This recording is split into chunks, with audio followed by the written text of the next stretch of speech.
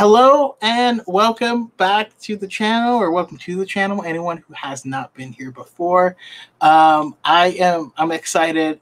This is the second time that I've gotten to talk about canon. Last week we just dove into Legends books. Now we're talking about Star Wars canon, and I have an awesome group of people. We're just going to hopefully make our love of Star Wars part of your love for Star Wars, and that's the ultimate goal. Because that's when we win. We don't fight what we hate. We save what we love. Right? That's the Star Wars way. Anyways, that's coming right now here on the High Ground.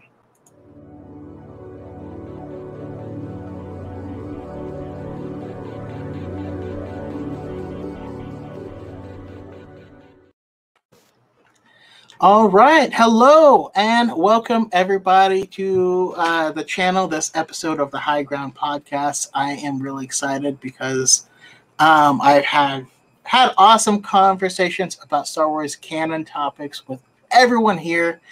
And yeah, I'm just excited to do more and hopefully share that love. That's the whole purpose of what we do, is we're just trying to share our love for Star Wars. Even though we're all different people, different perspectives, hopefully we'll have that shine through here.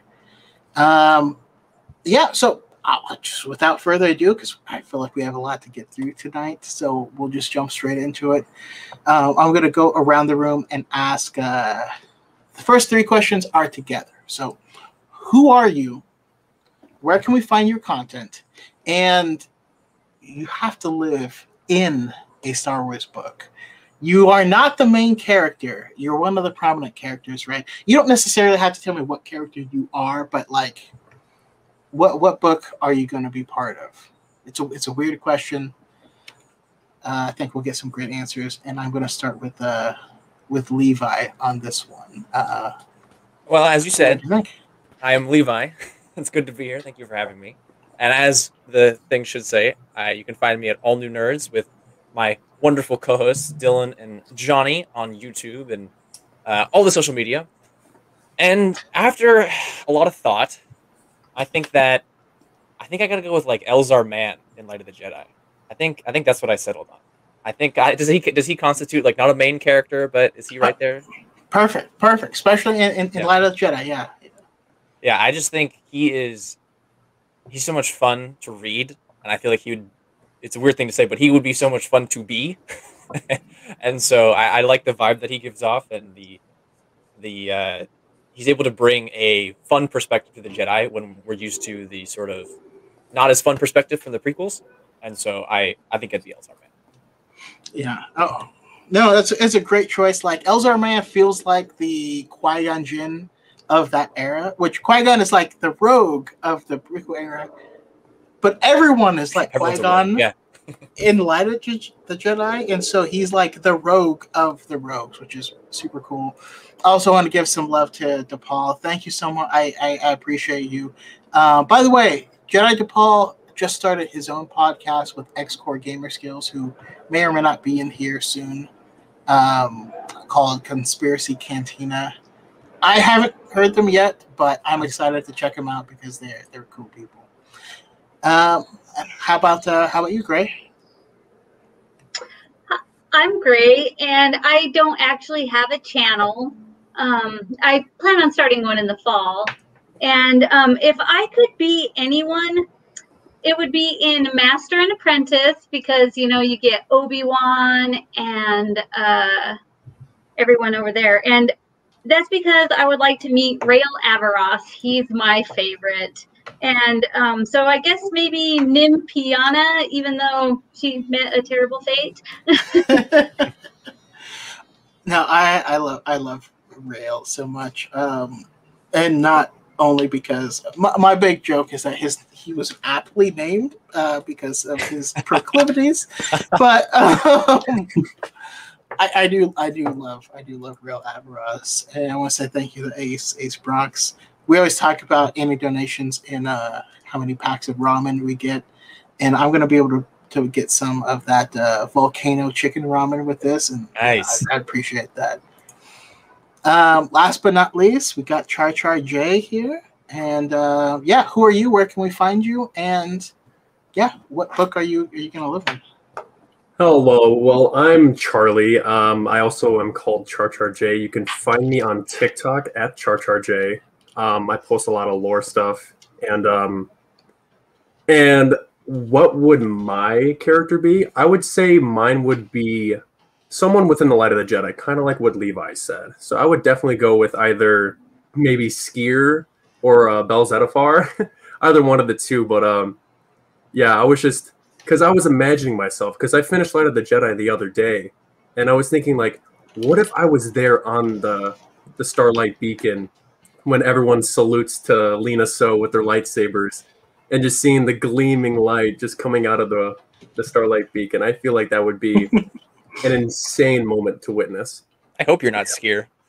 I can grow my arm back. No big deal. Yes. Listen, Skier now can be like, get over here. Like, I don't know. I think he is like a Mortal Kombat character. Yeah, he's got like. I think it's. I'm a big Mortal Kombat fan. So. We got Star Wars lore saying he would want to be Lando in Last Shot. I mean, the thing was to not be the main character. Last Shot, there's 3 different time periods, so it's hard to say. But one of those time periods, Lando was certainly the main character. So you did not follow the rules. But Star Wars lore, I do love you anyways. Last Shot is a great book. You've never had ramen? Star Wars lore just said, "I'll make it the first time I have ramen." Have you never had ramen? Sorry, I haven't had ramen in I'm sorry. years. Stop the presses. No, it's okay. It's okay. So, I live in San Diego. Star Wars Celebration, the next one that's coming up is going to be in Anaheim, California, which is north of me, like an hour with traffic and stuff. So me and Element 7, who lives in LA, so it's in between the both of us. We're going to plan some stuff for any followers and stuff who want to hang out. One of which is going to be ramen. One of the other ones is going to be Korean barbecue, which is just amazing, especially in this era. So, yeah, hopefully we can put that all together. So please join us. Let us know if you're from the area, if you're going to be attending Star Wars Celebration when it comes.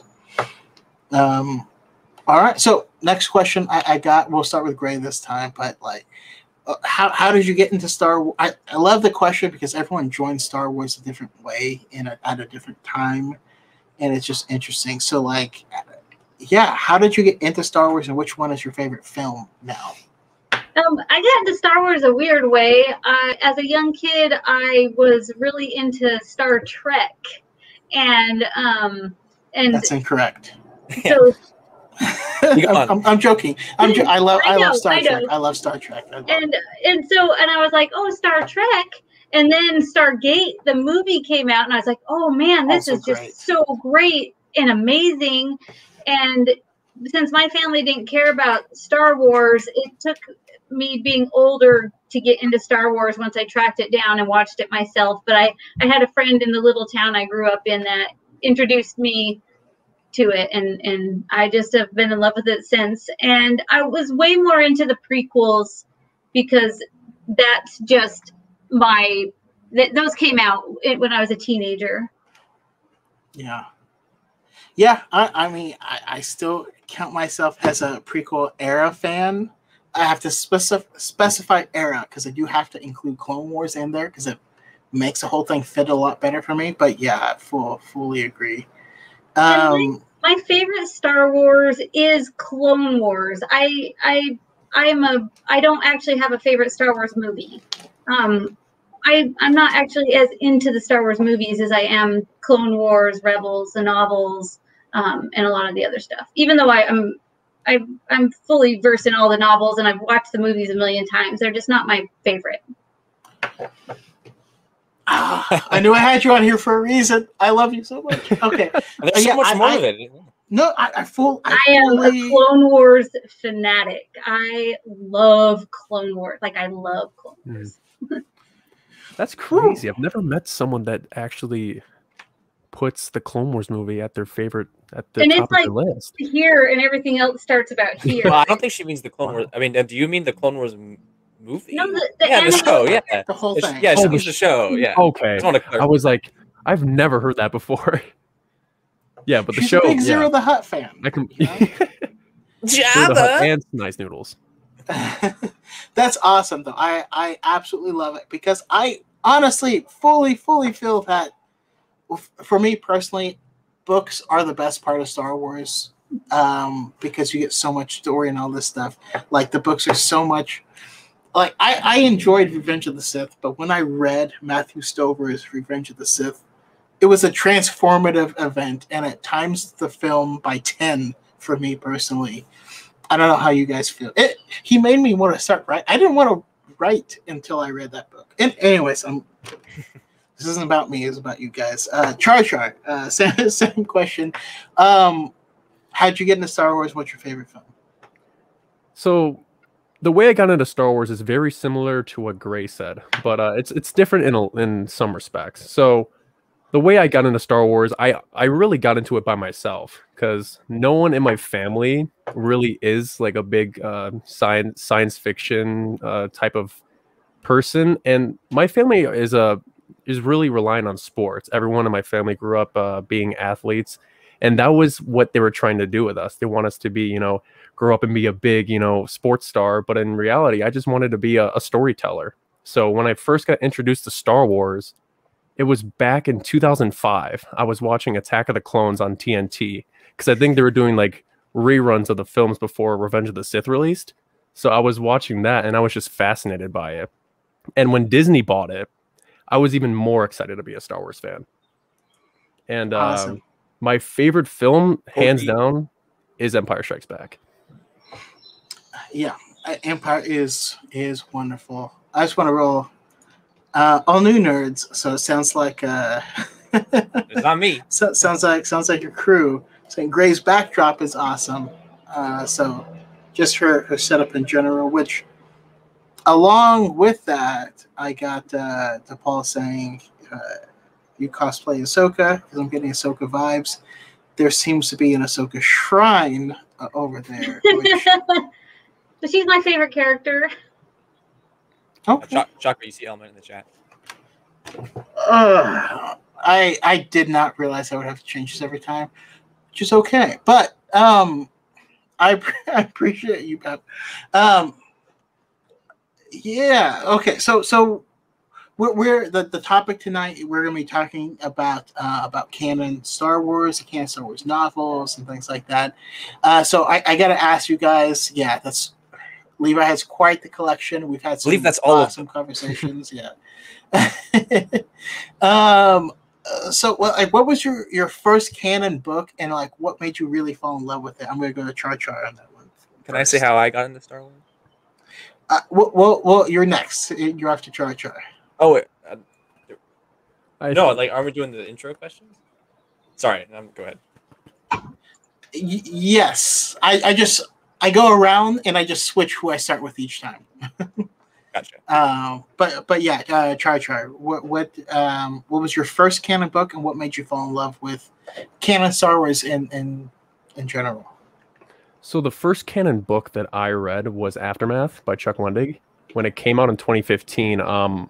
Because that was like the first few novels that came out prior to The Force Awakens, and I was intrigued to read this book because it really went into depth with the Battle of Jakku and Temmin Wexley's backstory and everything that expands right after the Battle of Jakku. So when I first read that, I was like, I love Mr. Bones.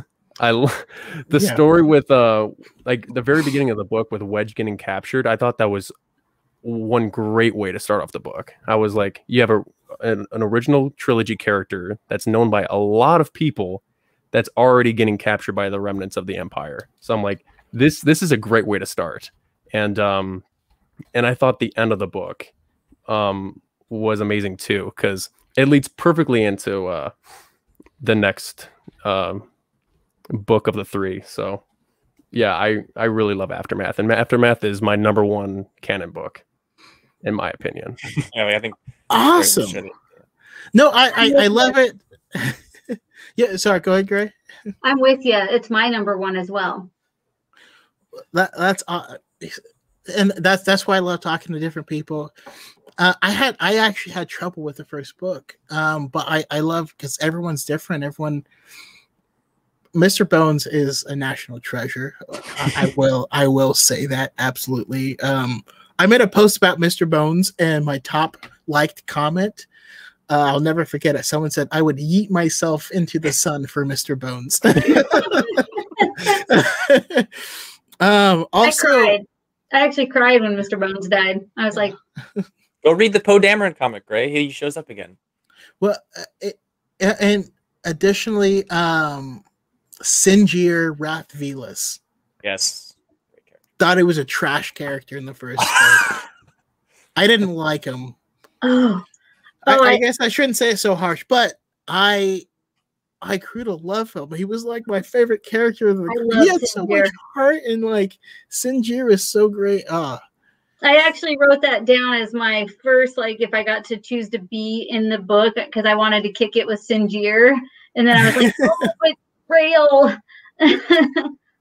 I would still choose Rail over Sinjir. Yeah, well, me too. But I had to debate that. So I love it. And then, how about you, Levi? Well, for what question? Oh, sorry. What was your first canon book, and what made you fall in love with Star Wars canon, or even fall in love with that book? I like to let people interpret. Over my intro, but it's okay, because I wanted to answer those questions too. Did I? That's why I brought it up. No, I think you might have skipped them. I'm not too That's sure. why I brought it up. Yeah, I just didn't. Yeah, I think it's referring to getting into Star Wars and favorite film. Yeah. I did. I went with the very first questions. I skipped them on the second group. Okay, can I? Yeah, all four of those ones. I apologize so much. Yeah. It's my fault. I have a method of keeping track, and I just didn't do it this time. So, well, at least you're on the right mic input now. Yeah. Well, in terms of Star Wars, because both of you, which is something I'm just so unfamiliar with, is your families weren't into it, and it took you a while to get into it, and like having that environment where you're the only one in your family who actually has a passion for it. And for me, I can't remember a time where I wasn't into Star Wars. Like Star Wars has been in my life since, I don't know, it's literally all I can remember. So in terms of what got me into it, I think if you want like a legitimate answer, technically probably like the toys. If as a young child, like that's what captured my imagination, specifically like the Dewback. I thought the Dewback was really cool. Shout out to Pep, the Dewback, best creature. I was like, look at this thing. This is like a lizard thing. Yeah. I'm like, cool. And then in terms of movies, like the movie that really got me into it, I think it was Return of the Jedi on VHS. I would watch back the first 40 minutes of that movie over and over and over again. Jabba's palace was just like blew my mind. I loved every second about it. Like when the sail barge blew up, I was like, how did they do that? Like, did they really have a sail barge? Like, was it really flying? And that's kind of, cool. Yes. But the like first 40 minutes, not the last 40 minutes. It's so cool to me. It's really cool. Yeah, it was Jabba's palace that like now older, like it's kind of weird. Like it feels so disconnected from the rest of the movie with like the real emotional heart. But as a kid, like all the aliens and the Rancor and the Sarlacc pit, all of that was just so cool to me. Weirdly, Jedi Rocks. I've seen it was on VHS, so I had the non-special edition. But like Jedi Rocks, I really love the shot of that guy's throat. And it was like I was like, hell yeah, dude! I'm like 6. This is cool. Yeah,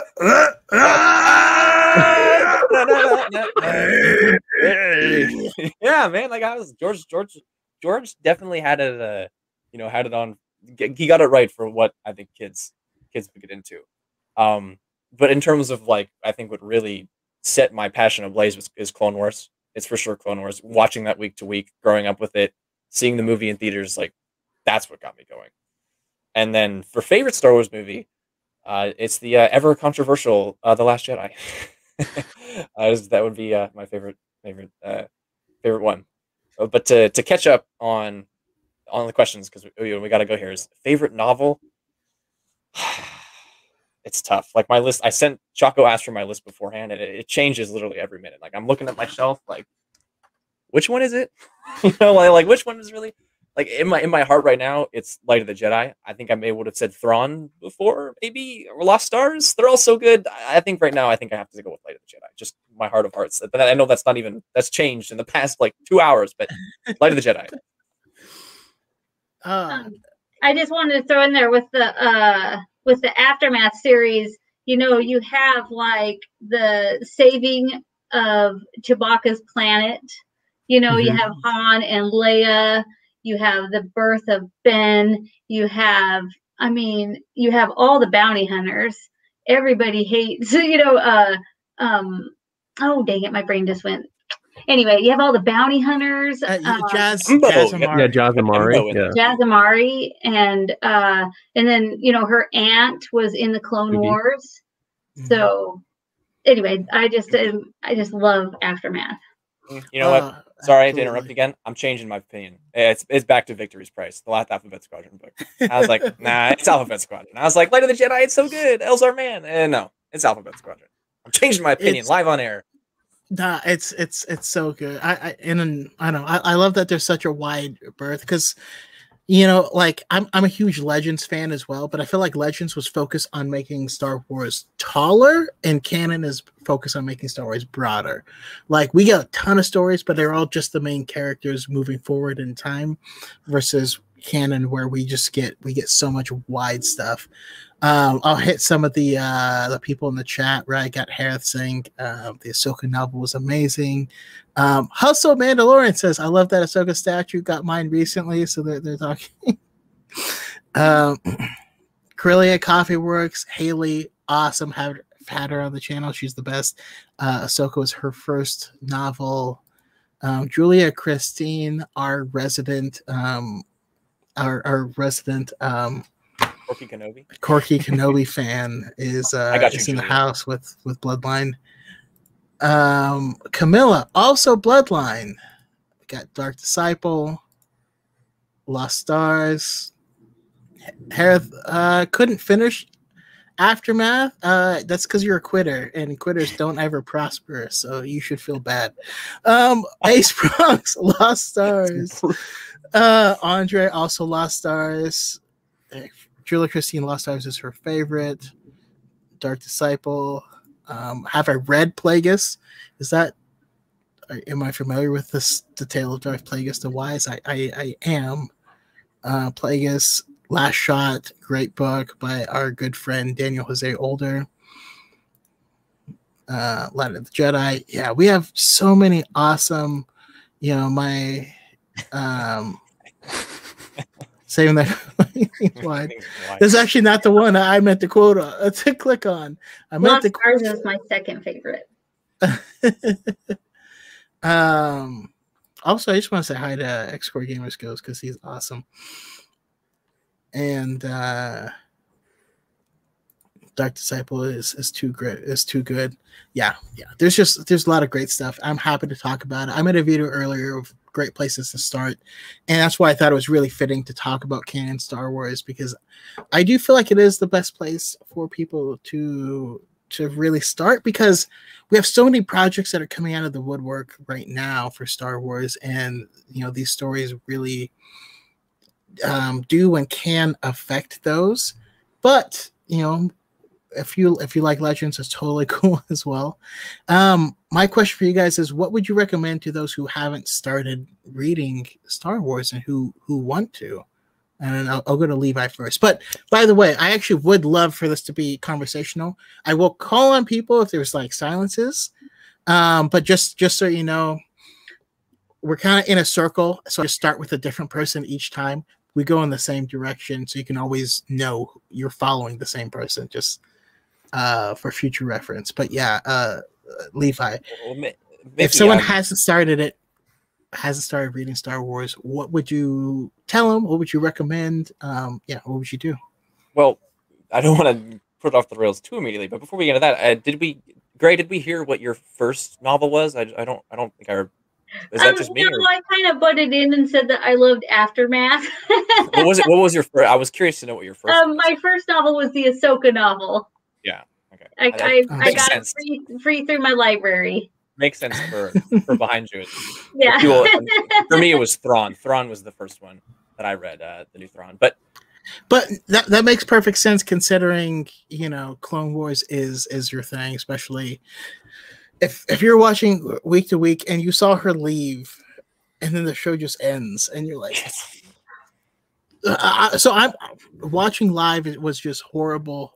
I envy those who don't have to wait to find out she comes back because you did not know that. But like, so you read Ahsoka. What made you like love Canon Star Wars books? Real quick, Gray. And sorry, I'll come back to you, Levi. What made me love the Canon Star Wars books? Yes. I like the expansion of the characters. So like when you watch a TV show, you get 30 minutes and it's all that they can pack into that. And then if you watch a movie, you're lucky if you get 2 hours. That's a long movie. And with the books, you can just go so much into their backstories and personalities and it's kind of like Clone Wars was kind of like the book to the movies, to the prequels, you know. The prequels were good. I loved them. And then I saw Clone Wars and Anakin just broke my heart. Like I couldn't understand how he turned and all that. But beforehand, I was like, Anakin's Vader. That's cool, you know. But Clone Wars just made it tragic. Yeah. And like even Clone Wars made me, I even enjoy Jar Jar Binks after Clone Wars. And that's a very controversial statement. Queen Julia, yeah. I didn't say I love him or he's my favorite. I don't dislike him and I enjoy him. And that's why I'm like the novels. I think it just expands on everything so well. It definitely builds off of the depth. I'm definitely in the same boat there. Going back up to Levi. Sorry, I'm not going to skip anyone again this entire time. All right, new system in place. I apologize. Levi, if someone has not read anything from Star Wars, what would you recommend to them? Where would you tell them to start and why? Well, it's definitely. By the way, in this, I'm not going to give you the easy out. You cannot ask them like, "Oh, well, what era are you into?" Okay. Yeah. You have to give them an actual recommendation. Well, I've been having these conversations a lot recently, in terms of the comics and the books, because War of the Bounty Hunters, the first issue just came out today, and no spoilers, but people are like, "How do I get into this?" And people are overwhelmed because it's just so much stuff, and I feel that, and it's the same thing with the novels. Legends is even worse. There's like 200 novels or whatever. It's so much to do, and it's really, you have to go into it with a will to want to read. That's the biggest thing. Like if you don't want to know these stories, if you're not like, you got to find that within yourself to have this passion to spend a lot of time on this before you go into it, before you even pick a book. But like for me, I didn't start reading canon anything until like 3 years ago, and I just loved it so much that I caught up. But in terms of which one to start, I always recommend Lost Stars, because most people like the original trilogy. That's just, I think most people can agree to that. Most people think it's pretty good. And Lost Stars is able to weave Star Wars writing, storytelling, it's Claudia Gray, she's good, into events that are familiar, so you don't feel lost. Like a lot of this stuff you can feel lost. It's so overwhelming. Like, where am I? What is this? How does this connect? Like Lost Stars does such a great job of making you feel like you're in the world. Sorry, there's some mic feedback with someone, and I just can't hear anything. Is that just me? That sounds like a car going by. Anyway, I don't hear anything from anyone. That was just me. I don't know what that was. But Lost Stars is like in tandem with the original series. Lost Stars is so it makes it really easy to recommend it to people who are only familiar with the original series, because they're like, oh, whoa, I know all this stuff. Exactly. Yeah, and so you can relate to it more as a more casual Star Wars fan. And so I would go with Lost Stars. Yeah, I got to pull up Julia Christine's comment is, you got to read Lost Stars. And I did, and then my heart physically hurts for several hours. Yeah. Accurate. So true. How about you, Gray? Someone hasn't read any Star Wars books, says, I would like to. I would recommend Lost Stars, but also I think that Heir to the Jedi is a good one because everybody loves because it follows after Return of the Jedi. I think it's after episode 4. No. Heir to the Jedi is after episode 6. Yeah. Yeah. So if you're, you love Luke and you wanted to see what happened after that, the last movie, you go straight into that one. And I love the Given. The Given is a species that is in that book that I love. They're math orientated. They speak math, and it just brings the story after that. And I really recommend, especially if you're a fan of Luke. Which most people are. Are you sure it's after episode 6? I swear it's after episode 4, like right after. No. Heir to the Jedi, like the first one of the original Thrawn trilogy. Yeah. We get Heir to the Jedi. She's talking about Heir to the Jedi. Heir to the Jedi is the Kevin Hearn or Kevin Hearn novel from 2015. Yes. Okay, but the one that's Heir to the Empire. So there's 2 books that I do get confused as far as their time period, which is Heir to the Jedi and Weapon of the Jedi, because they're both kind of released around the same time. I'm not thinking of Weapon of the Jedi. It's Heir of the Jedi. Okay. I think Gray is talking about. I think it takes place right after episode 4, though, in terms of what I do. Chat, help me out here. Isn't Heir to the Jedi? Heir to the Jedi was a Legends novel that was being written, and then they. No. Heir to the Jedi is canon. No. I know, but like it was being written during the Legends era. Then it is one of the first. And then it became. I cannot remember which episode it comes after, but yeah, that's actually where we get the first love interest. In the book. I can look at the cover of the book. Oh yeah. No, that makes it at least after 2, definitely. I could be wrong. I just he's got 2. He's got 2 hands. Oh, you're okay. Okay, Levi. That is the book I'm talking about, though. What does it come after? Which movie? Now it's fading on me because I know my good friend Swacer is reading that right now actually. But no, I do recall that book because that's also where that does come after episode 4, because if I'm not mistaken, that's also the book where he finds the lost Jedi, the Rodian Hulik, and he dissects his lightsaber, and then he has a crush on that girl, and then has to fight that monster in the swamp and stuff like that. Yeah, the brain sucking. Okay, sorry I had that wrong, but it's still a great book, and I recommend that one. Yeah, for anyone who's a big fan of Luke. Yeah, because I hear that's like people really don't like that book. I love that that's something you recommend. I actually do like that book. It was the Weapon of the Jedi one that I don't like. I like that. I love Weapon of the Jedi with Sarko Plank. I don't like Sarko Plank. I love Sarko Plank. But that's a whole that's a whole thing. It's Sarko. Awesome. Yeah. I love it. How about you, Char Char? What are you recommending? So one of the books that I recommended was Lost Stars. Excuse me, was Lost Stars because of there's 2 main characters, but it also is placed into a familiar timeline with the original trilogy. And I also recommended, this is actually a Legends book. So if you want to go off any book you want, I would recommend the Kenobi Book by John Jackson Miller. It really just has a story just about what Obi-Wan was like, or what he was doing during his time on Tatooine. And of course, it's not, canon or relevant to the topic, but it was a really good book when it was canon, technically, because Legends never was canon. But... no, it's all good. I mean, Kenobi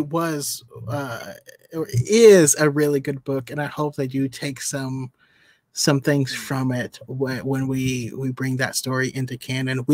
I will say though, that Plug Eye, there is a warrior Tusken Raider. You know it's Plug Eye because they have a red gem instead of one of their eyes. Plug Eye is canon. Was brought into canon and from a certain point of view, as well as a couple of the themes from that book. So hopefully they touch on it.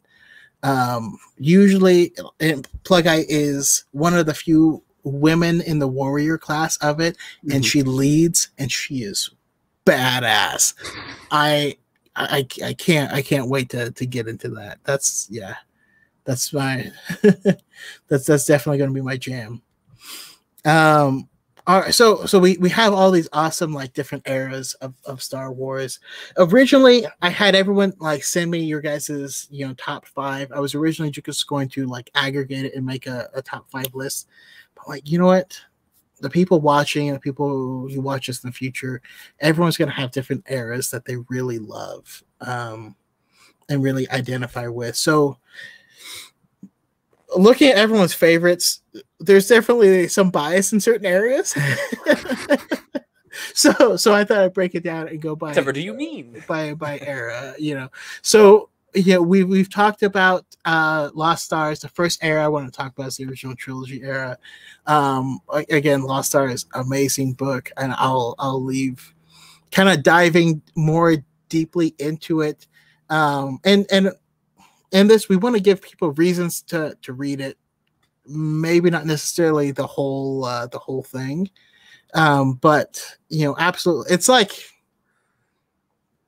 spoiler heavy, but not. We don't want to give them the whole show. This essentially is it. It's tough to start. Okay. Now, for me though, I have a weird opinion because everyone I've told about this vehemently disagrees with me. I love the Tarkin book. I love it so much. I love it. I love the Tarkin book so much. Thank you. You and I talked about that yesterday. The Tarkin book. I think it's an amazing book. I feel like it's so well written. That's my favorite book of the original trilogy era. I have that written down as one of my favorites in the original trilogy.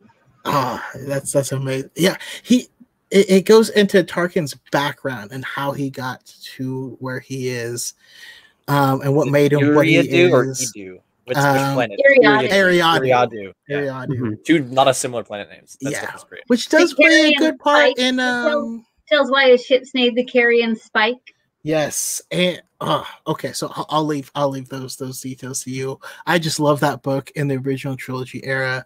Along with that is I really did enjoy Catalyst. Now, James Luceno, I feel like as an author, he is really the front half of his books read like a textbook. You gotta chew through it. You gotta just move forward. It all makes sense later. He brings it all forward. The book Catalyst is a precursor to Rogue One, and if you're curious at Galen Erso's beginnings and all the stuff, it's before Jin was born. The experiments, like he was such a good guy. All he wanted to do was create a system that can encapsulate energy, that he can go to like these poor or less off planets, drop this off, and they can run their entire cities off of this energy source for free. He was such a good guy. That's all he wanted. And they corrupted his vision. If you want to see how they corrupted it, that's why I recommend this book. But I don't want to take too much time because I'm more interested in what my guests think. I think all of you guys are more interested in my guests as well.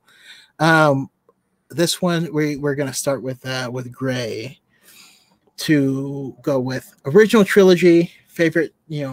One or two books in this era. So, in the original trilogy, that's Aftermath, right? Aftermath, Lost Stars. Yeah, I was going to ask that. Like, when do you cut off OT? It is tough. I know there's some gray area. I can personally consider Aftermath original trilogy.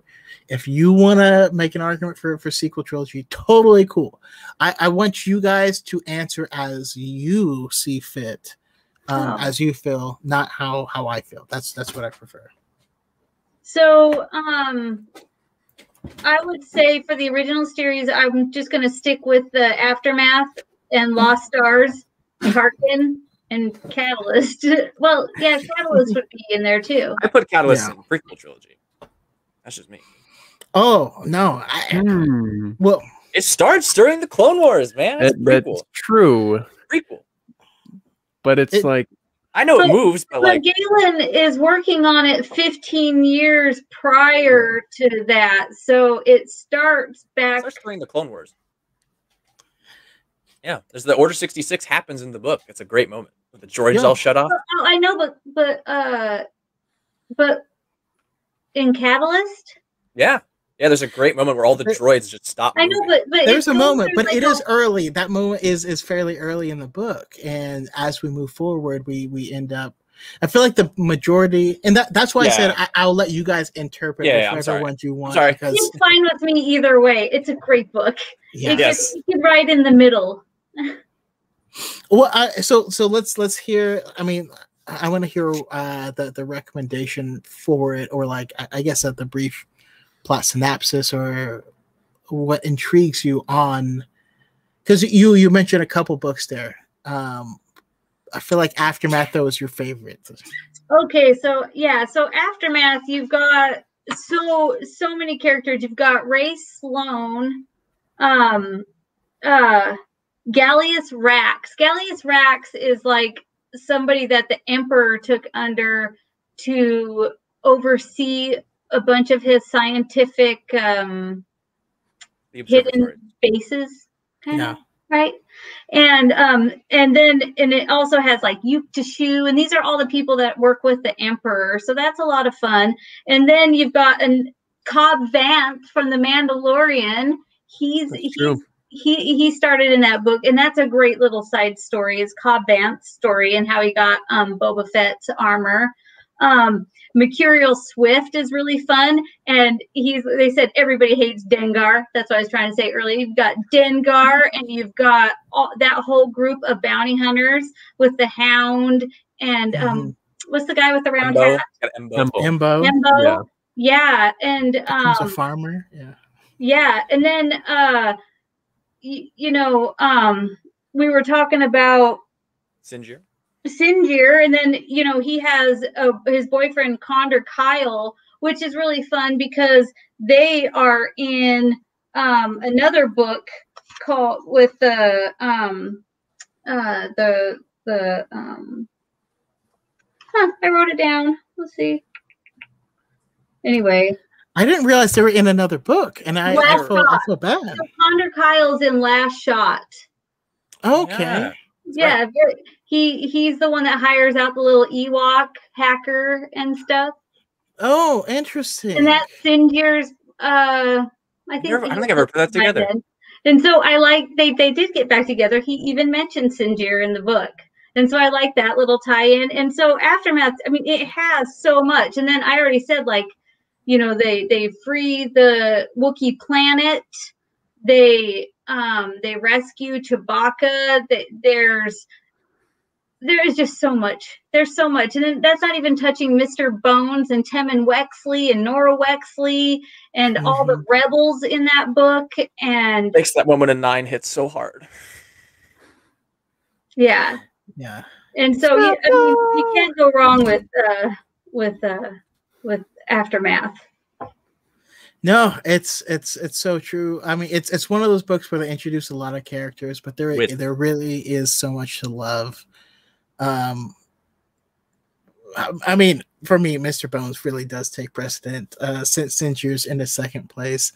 But there's all sorts of people. Gallius Rax is an excellent foil, just in general, of having someone who is like the Emperor's sweep up dog. He is someone that is like, if you play the Battlefront 2 games, you understand what Operation Cinder is and stuff like that. It's the Emperor taking his ball and going home, essentially. Gallius Rax is the person in charge of making sure that happens. Right, from Alphabet Squadron, he's the one that was in charge of Cinder. Right. Yeah. Which additionally, I do consider Alphabet Squadron part of original trilogy. Yes, as do I. Just a hint for Levi. Of course. So, Char, what do you think for original trilogy times? So for the original trilogy, I would say Thrawn Treason. I thought Thrawn Treason was one of my favorites of the new Thrawn books. And I would what was the other one I was thinking about? Because I was gonna say Lost Stars, but Lost Stars has been covered so many times. So because there's another one that I was reading a few months ago that was really good. And because when you're talking about Aftermath, because I was thinking Aftermath, would it be originals or would it be sequel? Because I initially thought it was sequel trilogy. Hey, I will let you consider it where you consider it. You know what I mean? Like, I'm here for, like, because these people hear me talk all the time. They only get to hear you talk for this short period of time. You get to make that choice. Yeah, go for it. So if you consider it sequel trilogy, that means you can't talk about it right now, though. Yeah. So yeah, and also on that, are we considering Catalyst prequel or original? Because in my mind, I see Catalyst as an original, because I do as well, personally. Because the sum of the book really is during the Imperial era, and that's what I think that too. It's fair. Even though the book starts off with Galen and Orson Krennic. I love the Republic. In the Republic cadet program, with them, being some of the smartest kids in the entire galaxy, and how Krennic was kind of like the protector of Galen, and and he would he started out as a hero. Yeah, and Galen would get into arguments. Everybody was surprised that Krennic was smart. Yeah, he actually knows what he's talking. Oh, sorry, I interrupted. Yeah. My bad. Oh no, perfectly fine. Yeah, and then Galen would get into fights with the other kids in the program, was because he had have these different political ideals than everyone else, and then they would fight, and then Krennic would be like, "Hey, stop that!" Because Krennic was like like the big 8th grader in the group, and trying to protect him from getting hurt, and yeah, and the story is just great. Catalyst is, if you really if you want to get into the original trilogy, specifically either Rogue One or New Hope, Catalyst is a great book to start with. And then Catalyst has Catalyst, Rogue One, and then Rebel Rising. Yeah, I think it's it's so great for Rogue One. It makes the intro that much better. Like, it's that intro, the cold open in Rogue One is excellent after you've read Catalyst, right? It was already cool before, but it was like it kills it when you've read Catalyst. I absolutely. I actually personally, I had some issues with Rogue One myself, but like, yeah, this really made it. Also, I want to really shout out X-Wing. I was waiting for for gaps. I do appreciate all the donations. Hey, it's more ramen and X-Wing. I will have him on soon. X-Wing also does streams, but his usually start around 6 o'clock on today. So we always are in conflict. It makes it really, really difficult. But yeah, how about you? How about you, Levi? What do you think? Well, the cover. So for a great time about Aftermath, the plot. I really enjoy the plot with Mon Mothma's assassination. I really love that stuff. I thought that stuff was thrilling. That was probably my favorite stuff of the book. All the political subterfuge and Temin's dad being like a sleeper agent, like that stuff was. I thought that stuff was all very compelling. Poor Wedge. That's great, Levi. I agree. Poor Wedge. Yeah, Wedge. Guy lives a sad life. Yeah, he does. Poor guy. Because a lot of the criticism of the Aftermath trilogy is, at least the first one, it's people have a problem with Chuck Wendig's writing, but a lot of people think it's slow. As Chaco said, a lot of wit in that book, a lot going on. It throws a lot at the wall, a lot of that really good. But I think by the second and third one, there's a lot of really compelling plot lines you can latch onto that makes it worth a read. Worth, because I know, like Harith was talking about, he had problems getting into it. He felt it was slow. I felt that same way. But once you get into it, I feel like it really takes off. And then I personally consider Catalyst prequel just because it takes place within the first 5 years of the Clone Wars and the Clone Wars. And for me, that's more closely aligned with the prequels than it is with the originals. That's just me. But in terms of OT, everyone's talked about Lost Stars, but I do want to say, to, like, try to sell it to people. Like, my favorite movie is, I wish I can't, Casablanca, right here. I'm not like the biggest fan of romance, but Casablanca is my favorite movie. That's a romance, but it's also a great movie. Lost Stars is a romance novel, and it's amazing. And like, and if you have preconceived notions about, like, teen, it's because it's a YA book, right? And so people go in and are like, is this like Twilight or something? No, it's great. It's definitely, it makes you feel the romance, which is not something that I will usually say. I'm always like, I don't buy it, but it's good. So that's one of my OTs, and then obviously Alphabet Squadron. I think Alphabet Squadron is is perfection. I think it is great. All three of them, but I think Victory's Price is the best. And I described it the other day. I think it takes a lot of the core character moments from the High Republic, which something like Into the Dark, which is really character driven, and then the thrill of the era of Aftermath, which is like the post Endor leading up to the Battle of Jakku, and it just goes. It's a super character driven story. Really great action from Alexander Freed. Really knows how to write military combat and space combat. Every single character I connected with in some way. They all feel like they're unique. It's crazy to me that one man wrote all of them. It's one of those situations where I'm like, these are all, they feel like they're coming from different minds. Yeah, I don't know. Alphabet Squadron. Go check it out. Okay, so I do have to take a moment to talk about Alphabet Squadron myself, because I was in the opposite camp of Levi. I mentioned this on Star Wars Santa's show, which, if you're not following Star Wars Santa, please go do. He is just a delight, and I mean, I just really want to highlight everyone who talks about Star Wars because they love it. We really just benefit from that. But Alphabet Squadron, I really enjoyed the first book. I really did. Now, the second book I didn't enjoy as much, but the third book was so good. Victory's Price, the one that he's referring to. My camera is mirrored, so I should be pointing like this. I apologize. The third book is so good and brings in everything from the first two books that it's this weird snowball that, like, you're like, oh, this is good, and then the next one, like, okay, I enjoyed it. And then the third one is so good because of all that stuff. You're like, oh my goodness, I don't even have bones anymore. Like, I don't know. I just, it's weird. It's hard to explain, but for anyone who might be like me, where you were having trouble, I will say stick with it, because that book is actually worth it, and actually does the payoff. The payoff. I will counter with the second book. Shadowfall has, I think, the most emotionally, like, powerful moment in Star Wars. Period.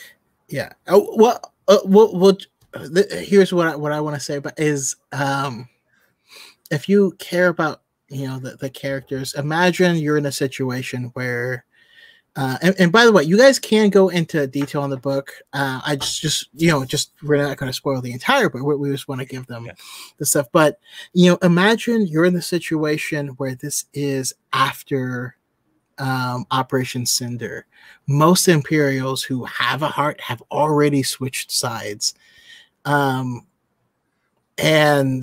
the Imperial side is still going, and then these are people on the Republic side that are fighting, and you have this weird situation where they almost switch sides. The Empire is defeated, so the Empire side no longer has infinite resources. They have to fix their own stuff. They were this ragtag group just trying to hold it together, and the Republic is, I don't know, it's just really a really interesting way to tell a war story where it's not so much about the sides that are fighting, but it's about the people that are fighting each side, and you realize these are all the same. They would all be best friends if they were given a chance, but they were raised in different spots, in different eras, and different groups, and that made all the difference in the world. And that's why that story means so much to me personally. And the other thing about it is, because one of people's biggest complaints about Star Wars is how villains, especially people who are on the bad side, they just redeem themselves and die. and they don't have to deal with consequences of their actions, like ever. And Alphabet Squadron is all about consequences the whole way through.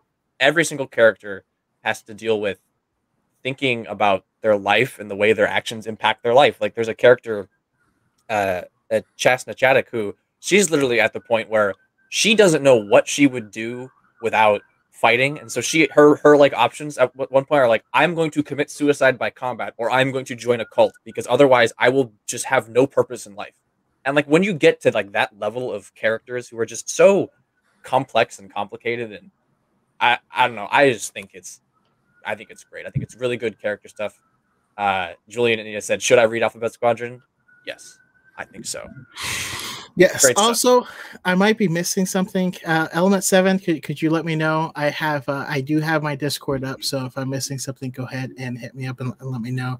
But yeah, I will say, specifically that character. Imagine if your idol is Jyn Erso, because of what she did and what she died for and what her death represented, but you survive every battle time. you're in.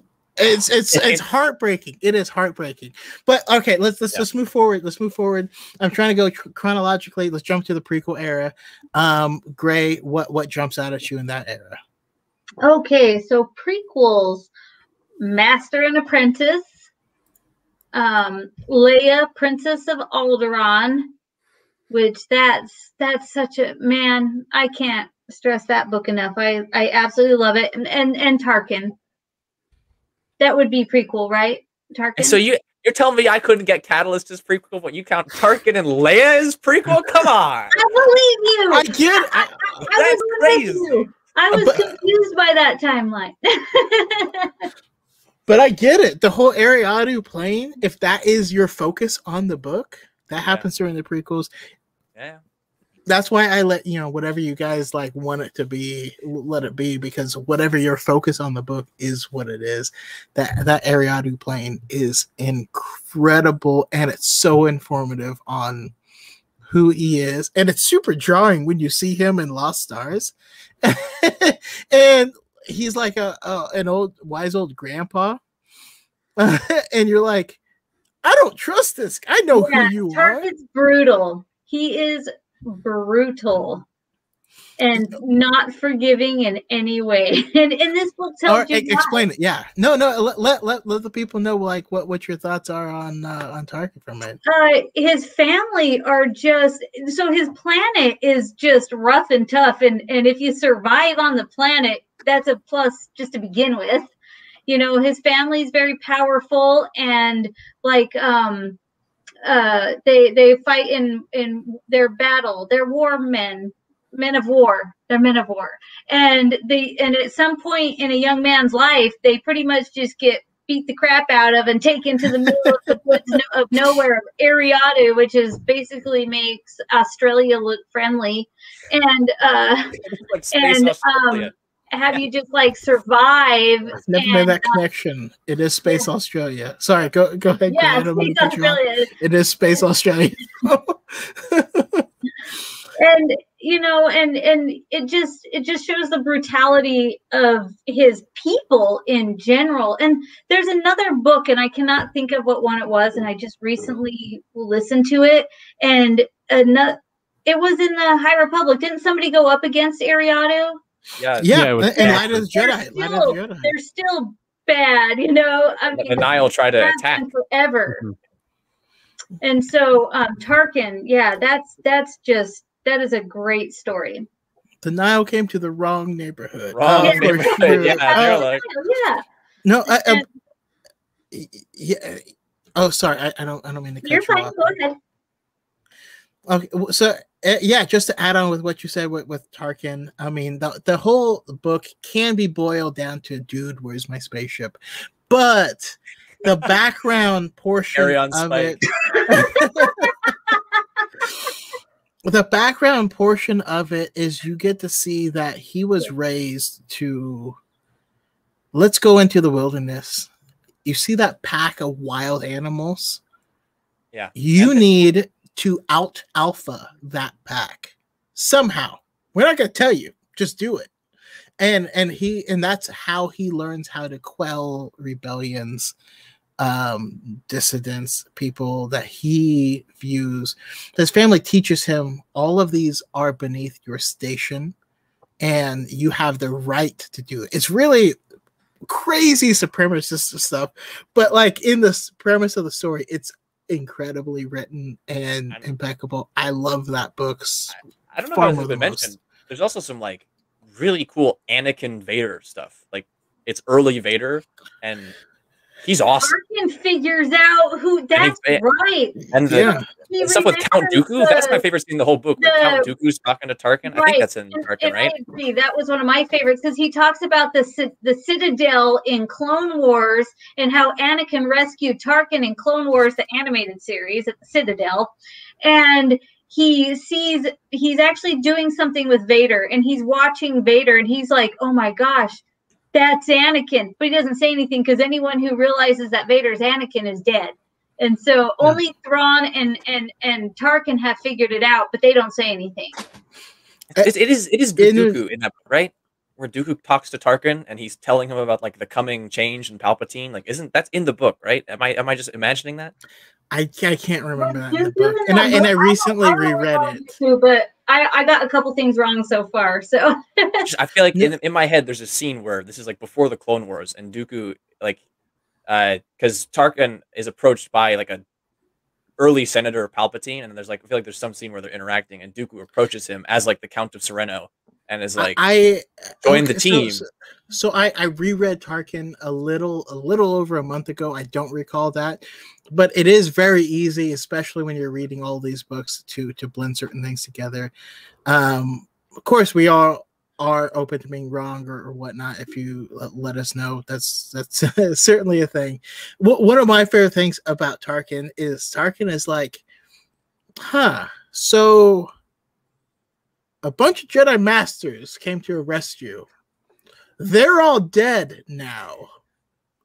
You haven't explained how that happened, but whatever. I guess if they're all dead, I'm not going to broach that subject. You know what I mean? Like he was also one of the very few people to actually put that together of like, how did you survive that?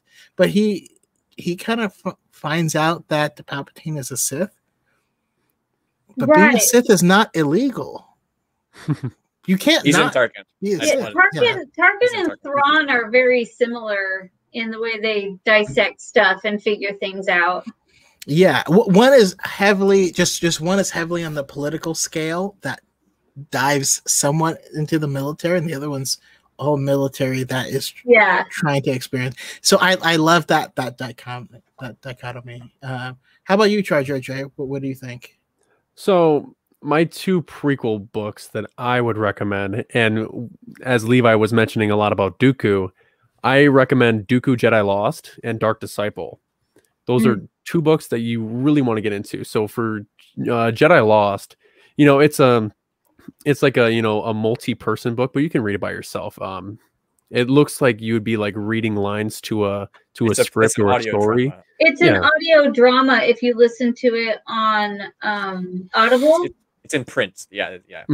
Highly recommend listening to it over reading it, but y'all do you. However you need to consume media, it's all good. Yeah, reading it would be just like reading a script of a movie, but the book is really good. Like it shows the connection that still exists. Like in the very beginning of the book, you see the connection with Asajj and Kyneric, and then you see how much different her training is with Dooku when she starts to ascend as the new Sith assassin that's getting trained under Dooku. And when you look at Ventress's character in this, it's like you want to feel bad for her in a way, because like the way Kyneric dies, as seen in the Clone Wars, he gets brutally murdered, and then she gets crazy, she gets angry, and like she gets upset, and then she eventually succumbs to the dark side. I think she has a tragic story. Yeah, I always feel bad for her, and I love her. It evokes Legends Ventress, who was so angry she just took over a planet. It was Legends Ventress is much the same in her when Narek dies. It's I think in Legends she goes a little bit further, but yeah, I love seeing those elements. Sorry, continue. Yeah, and then leading into that, just Jedi Lost is a good, like what everyone, like what Chaco, Gray, and Levi said. It's a great book to listen to. I would highly recommend listening to it rather than reading it, because I unfortunately read it and it was just like, I feel like that I was like kind of directing my own movie, but like I couldn't, like I couldn't pick and choose what my actors did. It was just already set in stone. So if you hear it, it's just like, it's just like listening to a movie. So for Dark Disciple, so if you are really into a lot of like the Jedi Council and Quinlan Vos, and you learn a lot about what Asajj does before the events of Revenge of the Sith. So when you find out that Quinlan Vos is being sent to hunt down Dooku, and he eventually, falls to the dark side, becomes Dooku's new apprentice after Asajj Ventress. And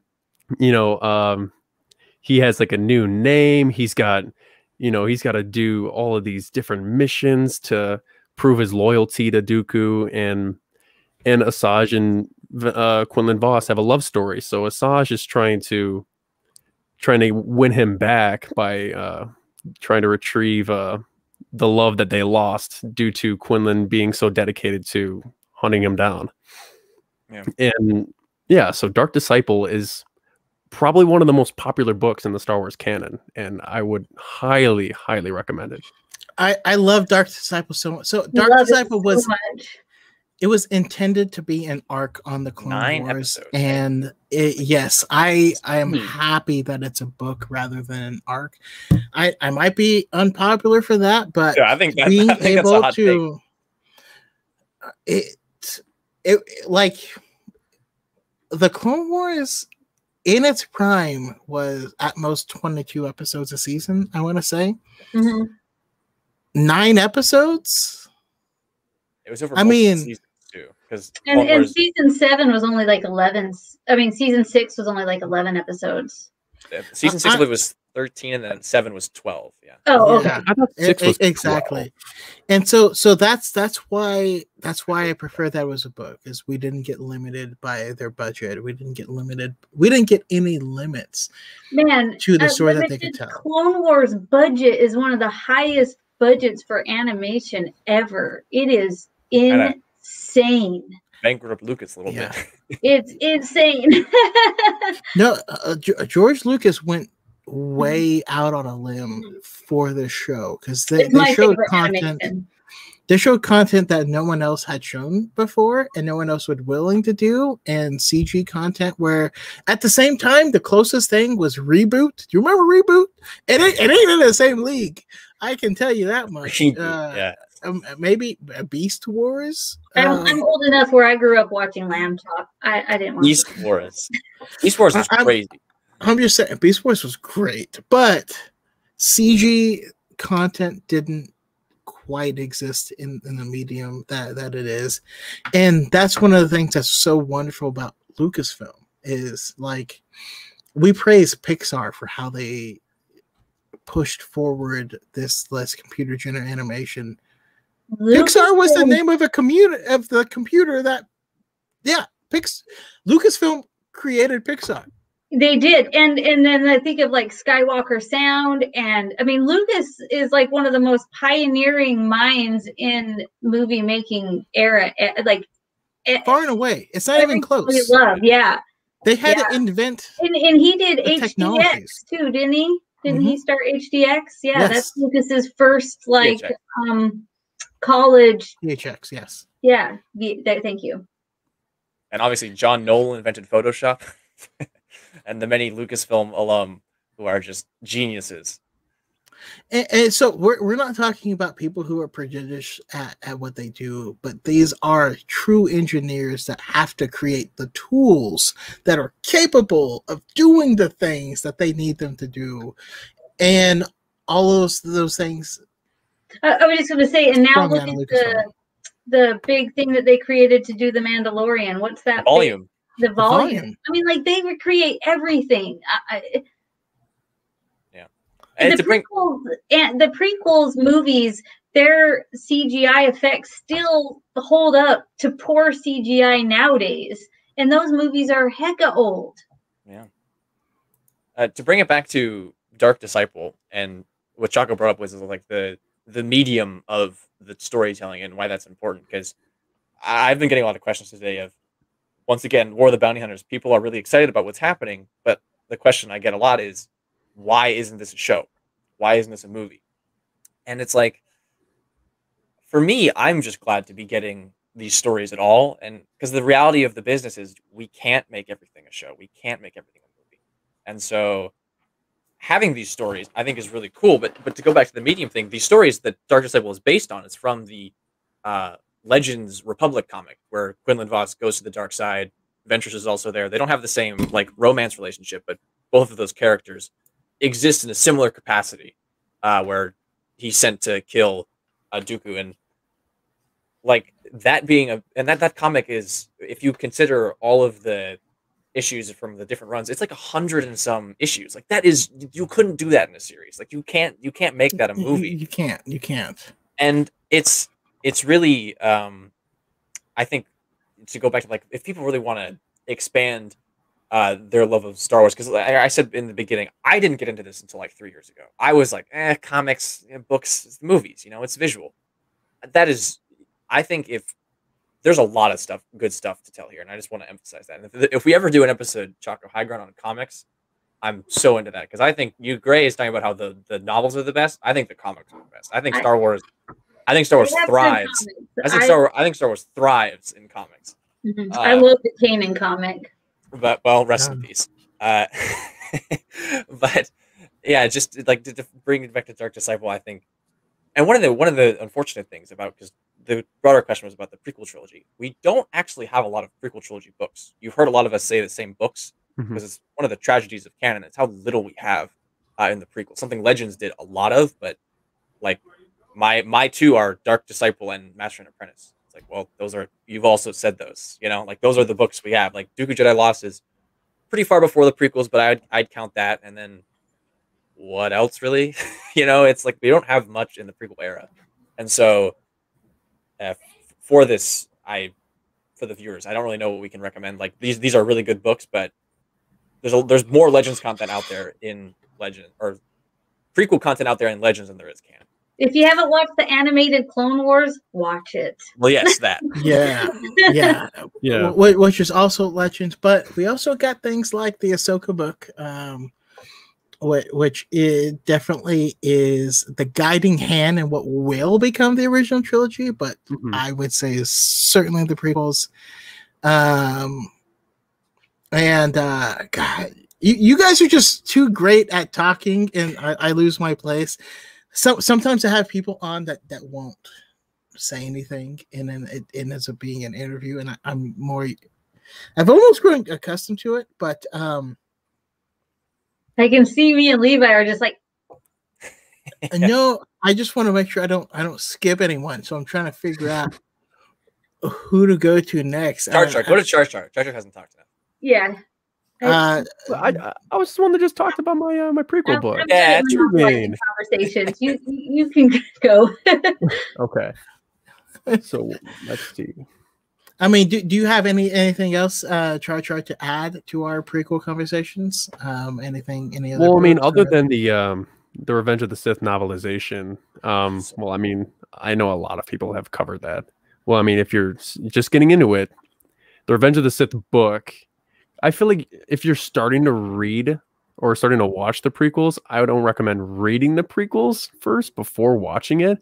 But the Revenge of the Sith book just makes the movie so much more clearer and in depth than you could see on screen.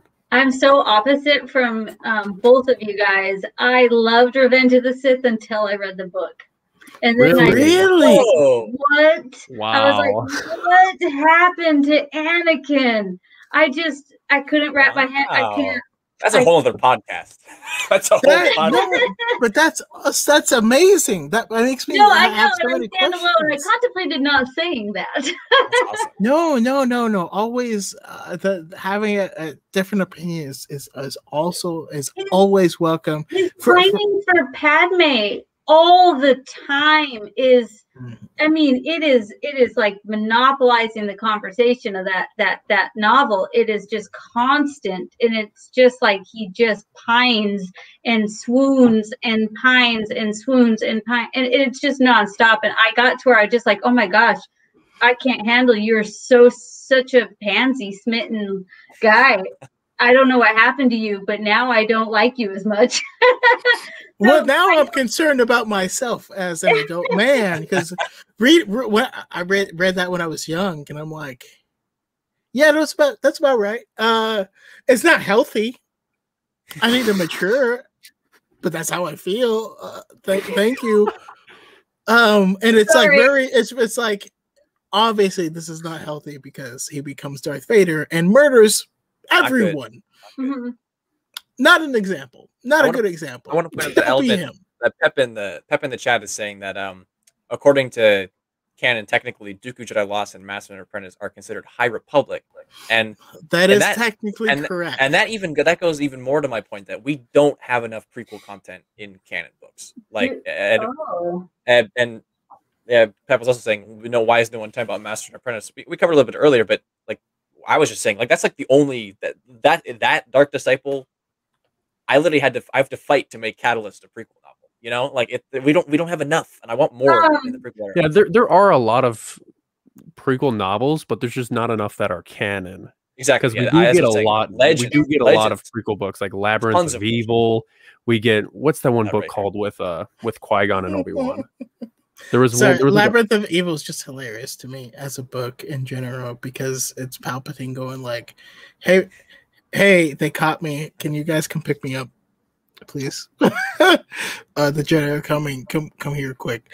Like it just makes me laugh. I agree with you. There is a lack of prequel content books. There is certainly a surplus of prequel content. You know what I mean? So. Yeah. Maybe because there's so much other content, they focus the books on other eras. Because they've got like the Rebels, the Clone Wars, and yeah, probably. Yeah, I mean, we got season 7 of the Clone Wars. The Bad Batch. I guess certainly Queen's books are getting into it now. They're getting like into the heart of the prequels, especially Queen's Peril. I mean, that being said, for me, a big thing of it is, I love Master and Apprentice. Hot take. For people that read all the books, love Lost Stars as the greatest couple, Thane and Ciena Ree. My wife is also part of that. I've shared with a couple of you guys that I have full permission to name my firstborn son Thane. And then if you don't read, it's normally Kanan and Heir as the best couple on Star Wars. I love Pax and Rahara.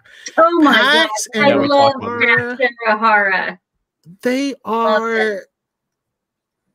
are wonderful. Mine is a spoiler, so I can't say it for Squadron. I don't want to spoil it. Imagine this. I'm going to go ahead and spoil Pax's backstory because it's not pertinent to the story of the book.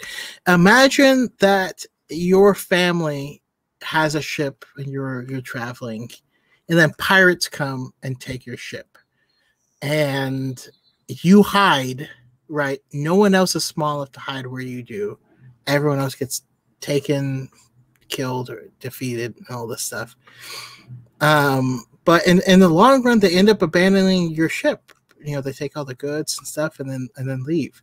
You are adrift in space, and the only thing that you have is the plethora of droids, just like C-3PO, that are around, and they're like teaching you stuff. They didn't even take the droids. That's how much nobody wants them. The pirates left the droids. You grow up for years. everything you know about the world, about etiquette, about communication, about other people is taught to you by C-3POs. You're gonna be hella weird. You know, I say hella because I'm from Northern California and Sacramento area, but okay. Yeah, he's just such a weird character. I love when things get weird, but like feel natural. He's such an interesting character. She was a former slave, and their relationship is awkward at first, but beautiful in nature. I really love them. So that's just me on Paxton Harara. But sorry, we're running out of time. I'm gonna hit sequel trilogy era real quick. We're gonna hit sequel trilogy in the High Republic, but let's go to Gray first.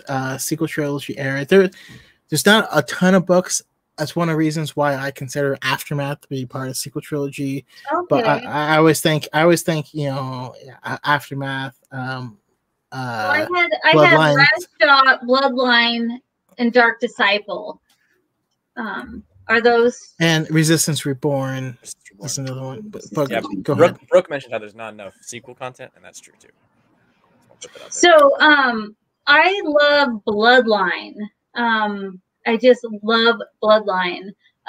There's a character named Ransom Casterfo, and so there's Leia, who is the lead of the populace, which I think would be like the Democrats here, and then you've got Casterfo, who is on the centrist side, which I think represents Republican. So that's their basic government breakdown, and they have to go and find out why this group is taking over certain places like Tatooine and some other places, and it's the Amaxine Warriors, which they talk about in the Light of the Jedi, Into the Dark. And Ransom Casterfo ends up. Well, I can't say, because if you listen to that book, it's actually one of the main plot points of it, but he is actually in Resistance Reborn. Wasn't into that book, but he's a very I wish he wasn't in that book. I'll be honest. Huh? I wish he wasn't in that book. I hugely disagree. I hugely disagree. I think that's the greatest part of that book. Same. Is the tie-in to Ransom Casterfo. I just felt like he was just there. You know, I felt like it undercut the emotions I had at the end. Well, they're trying to rebuild a government, and Ransom is a government man. So you've got Leia and Ransom. Yeah, I just like in the book itself, like I feel like he doesn't do anything. He's just there. Well, yeah, and then the very end, little MacGuff, exactly. He's just but just his existence. I guess I don't want to spoil it. Just his presence in that book. For me, it undercut one of the things that hit me the hardest in Bloodline. That was So okay, I will say this one thing. So the book Resistance Reborn is not a book I recommend. But by the way, I also completely missed Phasma. Which that's on my list. Is like a we all have that. And then there's a sequel to Phasma. Black Fire. With Cardinal. Yeah, but real quick, it's such a sleeper hit with Resistance Reborn, because Resistance Reborn, I had people recommend these as the first book to read. This book ties together all of the sequel content, which is odd, but it ties in things from Aftermath. From Aftermath. Yes, it ties in things from the video games. It both of them. I mean, from Jedi Fallen Order and Battlefront. Both. Yeah. Battlefront 2 specifically. It ties in Battlefront 2, and then locations and characters from Fallen Order. It ties. Yeah, it just ties in a bunch of things from all of these books, so I have trouble recommending it because those things hit so much harder if you've read that content. Yeah. I don't know whether or not I can recommend it or not because I have mixed feelings. Ace Bronx in the chat mentions Force Collector. which is another YA. definite book. I have Force Collector on here, and I think Force Collector could be an important like tie-in to the sequel trilogy and the lack of the Jedi and stuff. And if they could pull that guy into it to teach, because he's a Force Collector, I just think that would be. I love that book. I think if they could utilize it properly, it could do so much for the story. Julia Christine was explaining to someone what the plot of Bloodline was. So someone was asking, essentially, it takes place during the lead up to the Cold War in the galaxy, the Galactic Cold War, and sort of establishes how there is a second separatist secession in the New Republic, and how the galaxy splits yet again. Because it's not really set up. It's one of the unfortunate things about the sequel trilogies. You don't get a lot of State of the Galaxy stuff, and people miss out that like the First Order is a political entity that exists in a space or with people who live in it, who vote and like do things. Yeah, I think that the best way to explain it is that this is the book that explains the best where the First Order came from and how they came to be, and how the Resistance came to be a thing in time to handle them. If you're interested in that, if you want more context on the sequel trilogy, this is I said probably absolutely the best thing to read. Also, yes, if you're ever curious and you look at a book, if Claudia Gray wrote the book, pick it up. Read it. Just read it. Just do it. Just read it. You are not going to. Yeah, she will not steer you wrong. She has never steered me wrong before. More often than not, whenever she writes a book, it ends up being my favorite book for a while until like another Claudia Gray. She writes a book and then someone else writes a book. I'm like, okay. That's not a Claudia. And then she writes the next book. I'm like, yeah, it's her again. If anybody didn't like Phasma, the book would make you love the character, but then make you mad at the way they treated her in the movies. Because the book is amazing. It's so good. I highly recommend it. And like a part 2 to the book, it's not necessarily part 2, but it's called Black Spire. It's great too.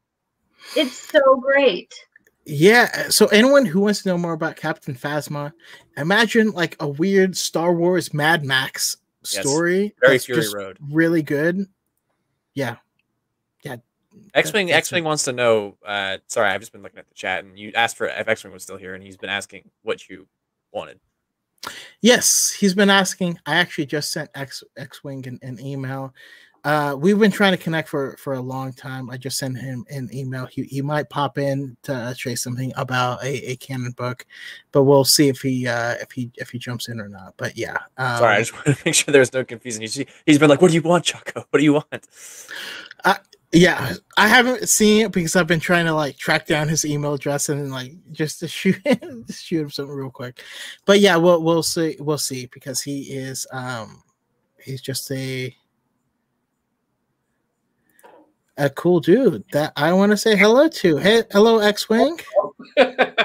There he is. Speaking of the devil, man. So I've been trying to get X-Wing on the podcast for like the past 3 weeks, but like I've been sick, and then we've been missing things, and then he's had other streams. So I want to bring him on real quick to say hi. Also, again, the whole purpose of my platform is I want to emphasize positive Star Wars creator, people who love Star Wars and love talking about why they love Star Wars. Yeah. So yeah, it's just real quick, X-Wing, is there any obviously say hi, plug what you're doing, your new channel, all that great stuff, as well as any canon books, things that you really enjoy and think other people should check out.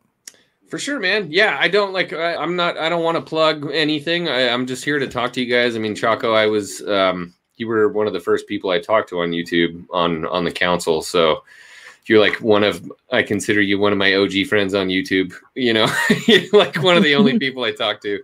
And Levi, I still haven't watched it. Something happened on a theory stream, and you guys talked and hashed it out. I haven't watched it. The same one you were on.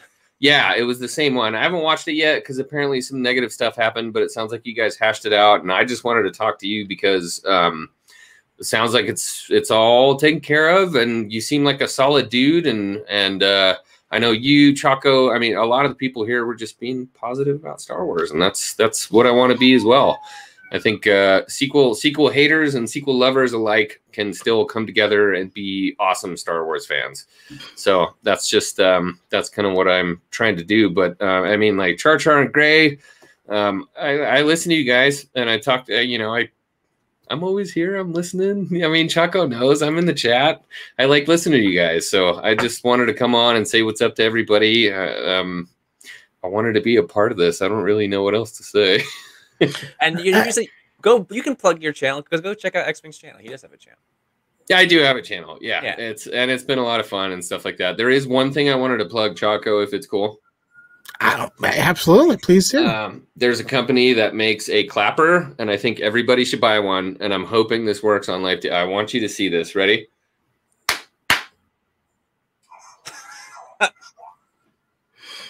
Okay, yeah, that's just pretty cool. Not gonna that's lie. the zenith of all collecting for Star Wars. I'm so excited. My dad bought me a clapper. That's a Vader clapper, so it talks to you every time you clap, and I just love it. That's awesome. That's cool. Books for sure. Books. A lot of people that I have talked to have not read the new Thrawn books yet. That's why I was talking to Santa the other day, and I was so pumped because they had a voice chat about the 2 new books, and then we're waiting in November for I think the 3rd one. Yes, for Thrawn and Ascendancy, yeah. Yeah, I have absolutely loved them. They have been so good. The hard part for me is I do audiobooks, and the names have been really hard for me to keep track of as I go along, especially because they change as you go from house to house. You're like, I know Cheery and Thrawn for sure. But it's been a lot of fun. I've really enjoyed the books. I think that's a part of the Star Wars universe that's like so unexplored, and there's so much that can be, delved into there. We call it the unknown regions, and they're calling it the chaos, and then what we know is lesser space, and I don't know. It's cool. First of all, I love that. They just are like, oh, you're from lesser space? Yeah. Cool. Whatever, that's adorable. Anyways, out here where we're like, the real warriors work, we're doing stuff here. Speaking of real warriors, we're all literate here. No, you are okay. True talk. I actually had every speech impediment known to mankind growing up. I spent years and years in speech therapy. I don't want you to feel bad making fun of me. There's just still times where I like have an R and like I say a Y and I'm like, come on, like you know what it is. It's the thing, man. You're among friends. Dyslexic. I feel your pain. No, it's all good. I actually do have dyslexia, so. Dyslexia, I love it. He says thoughts on Battlefield Twilight Company. I'm curious if any of you guys have read it. I've read it myself. Get into Battlefront later. I mean, hey, Levi's the Alexander Freed guy, so I am. Yeah. Unfortunately, just real quick for me. Hey, this book had a reference to Count Vidian, which I appreciated. I love Count Vidian. Yeah, he's a monster, but he's cool. I'm sorry. Can I jut in? Please do. Yeah, sure. I totally missed this, but this is super, like, people are gonna be like, what are you talking about? So in the books Tarkin and A New Dawn are like the first 2 canon novels, and they released them in only paperback together with 3 short stories as like they're called Rise of the Empire. I have it like right here, and I totally forgot to mention this, but in that short story, one of the short stories Count Vidian is in, which is really cool. But the short story with Ray Sloane at Endor called Levers of Power is like the coolest thing I've ever read. It is so cool. I can't believe I didn't mention that for OT. It is one of I've the. never read it. I've never This read is it. a I need short. it. This I is need like it. I a need it. paperback short story. It is so awesome. What's it called? What's it It is called? called Levers of Power, and it is about Ray Sloane at the Battle of Endor, and when her watching the battle, because she's like second in command at Endor. She's Right. like a vice admiral, and so when Piet dies, she's in command, and it's just like it's just that moment at Endor of what is happening on the bridge of her That's Star cool. Destroyer. That's cool. It is so cool. It is so cool. It's like 30 pages. It's great. I can't remember who writes it right now, but it might be Chuck Wendig. It's super cool, and I just wanted to shout that Poochie. I don't know. I don't know if you guys heard. Okay. All right. Are we doing dog cameos? Because I can bring one in. No. Every now and then she hears a sound outside. She gets aggro because she's protective of myself and my wife. So just to say hello, this is Suki. If you've watched Avatar: Hi, The Last Airbender, Suki. You cute baby. Nice. yeah, that's You have a soccer? if you hear some random barking, that's Suki here. I apologize. I apologize. I just wanted to make sure because she was kind of going off here. No, for me, Twilight Company is kind of in the middle of my rankings because there are certain things that were really interesting in that book, especially the whole siege on Celeste. You actually get to see both sides of that, but I'm not familiar with Twilight Company. Is that a trooper book? It is. Yes. Battlefront book. It's a trooper book. It's written. It's entire. It's have you read Alphabet Squadron? So that's actually like tied to the video game. Well, it's X-Wing. Have you read Alphabet Squadron? I have not yet. No, I'm still working my way through all the EU stuff. Well, basically, it follows one company, and I was asking because the company appears in the middle book of Alphabet Squadron. Stormtroopers? No, Rebels. It's a rebel. Oh, okay. Okay. Got you. And so it's similar to Lost Stars in the way that you follow events of the original trilogy, but it also ties in. It doesn't really like the first Battlefront didn't really have a story, so it just like connects to locations and battles in the Galactic Civil War. It's pretty good. This is Obi-Wan. Oh, hey, hi, Obi-Wan. That is. Yeah, thank you for the kisses. That's just pretty Seems like adorable. Obi-Wan has entered the high ground. Hello, Obi-Wan. Obi-Wan. He's probably going to rip one of my cords out or do something stupid, but dogs are known to do that. Actually, my dog's literal favorite thing in the world is if you put a sock on your hand, she will literally move heaven and earth. If she hears it happen, she could be eating the biggest, juiciest steak ever. If she hears me slip a sock over my hand, it is all bets off. No way. I will die. I will be the recipient of a Darth Vader hallway scene. That is just what happens. That's what happens in her house. So if she's like getting out of control, you're doing something weird, I just like put a sock on and she's like, "What did you just do?" Like, I'm sorry. Go time. Yeah. That's just let me know what's going on. What I was gonna say, Levi looks like he's got the book ready to go. I wanted to grab what I was talking about. So it's a paperback release of it has Tarkin and A New Dawn in one thing, and it has 3 short stories. One called Mercy Mission by Melissa Scott, and that's about Hera on Ryloth, I believe. It's Hera on like one of her first missions with before the Alliance forms. The middle one's called Bottleneck by John Jackson Miller, and that's about Vidian and Tarkin, I believe, figuring out how to, like, there's a planet that there's like stormtrooper armor production is being sabotaged, and Vidian and Tarkin sort of flex their imperial muscle in making that happen. I got you. And then the last one is The Levers of Power by Jason Fry, who also wrote the Last Jedi novelization. So if you are familiar with that, I think that's his most prominent Star Wars work. And that's Ray Sloane at Endor. And I really wanted to shout that out because not a lot of people know about it. It's a collection of short stories. It's they're not really short. Those look like 200 pages a piece. It's like 2 books in there. It's 2 novels in between each novel. Like it starts with a short story, novel, short story, novel, short story. I got you. And it's just people don't know about it. And I really wanted to shout it out because I didn't. Yeah, that's really cool. It really goes under the radar. And Levers of Power is one of the coolest, especially if you like Ray Sloane. I want to talk to one of you if you read it. I really want to. I will read. I have not read it. I did not know that existed I didn't until either. this moment. So that is amazing.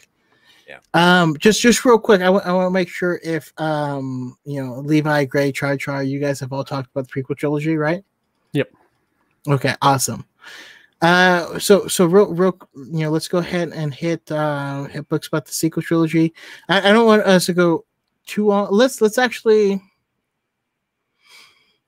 I think we covered sequel a little bit. I mean, we covered a little bit of sequels, but so let's hit both. We're gonna do Disney era. We're gonna do sequel and High Republic together. I want you to jump out. If you've read them, let us know what your thoughts. And I'm super interested to hear about them because a lot of people in my community are talking about the I think it was the first book that came out. Claudia Gray wrote the first one. Second one. Claudia wrote the third. She one, wrote Into the Dark. Oh, third, technically. You're right. I'm sorry. Third. Okay. All right. But she also wrote Master and Apprentice, right?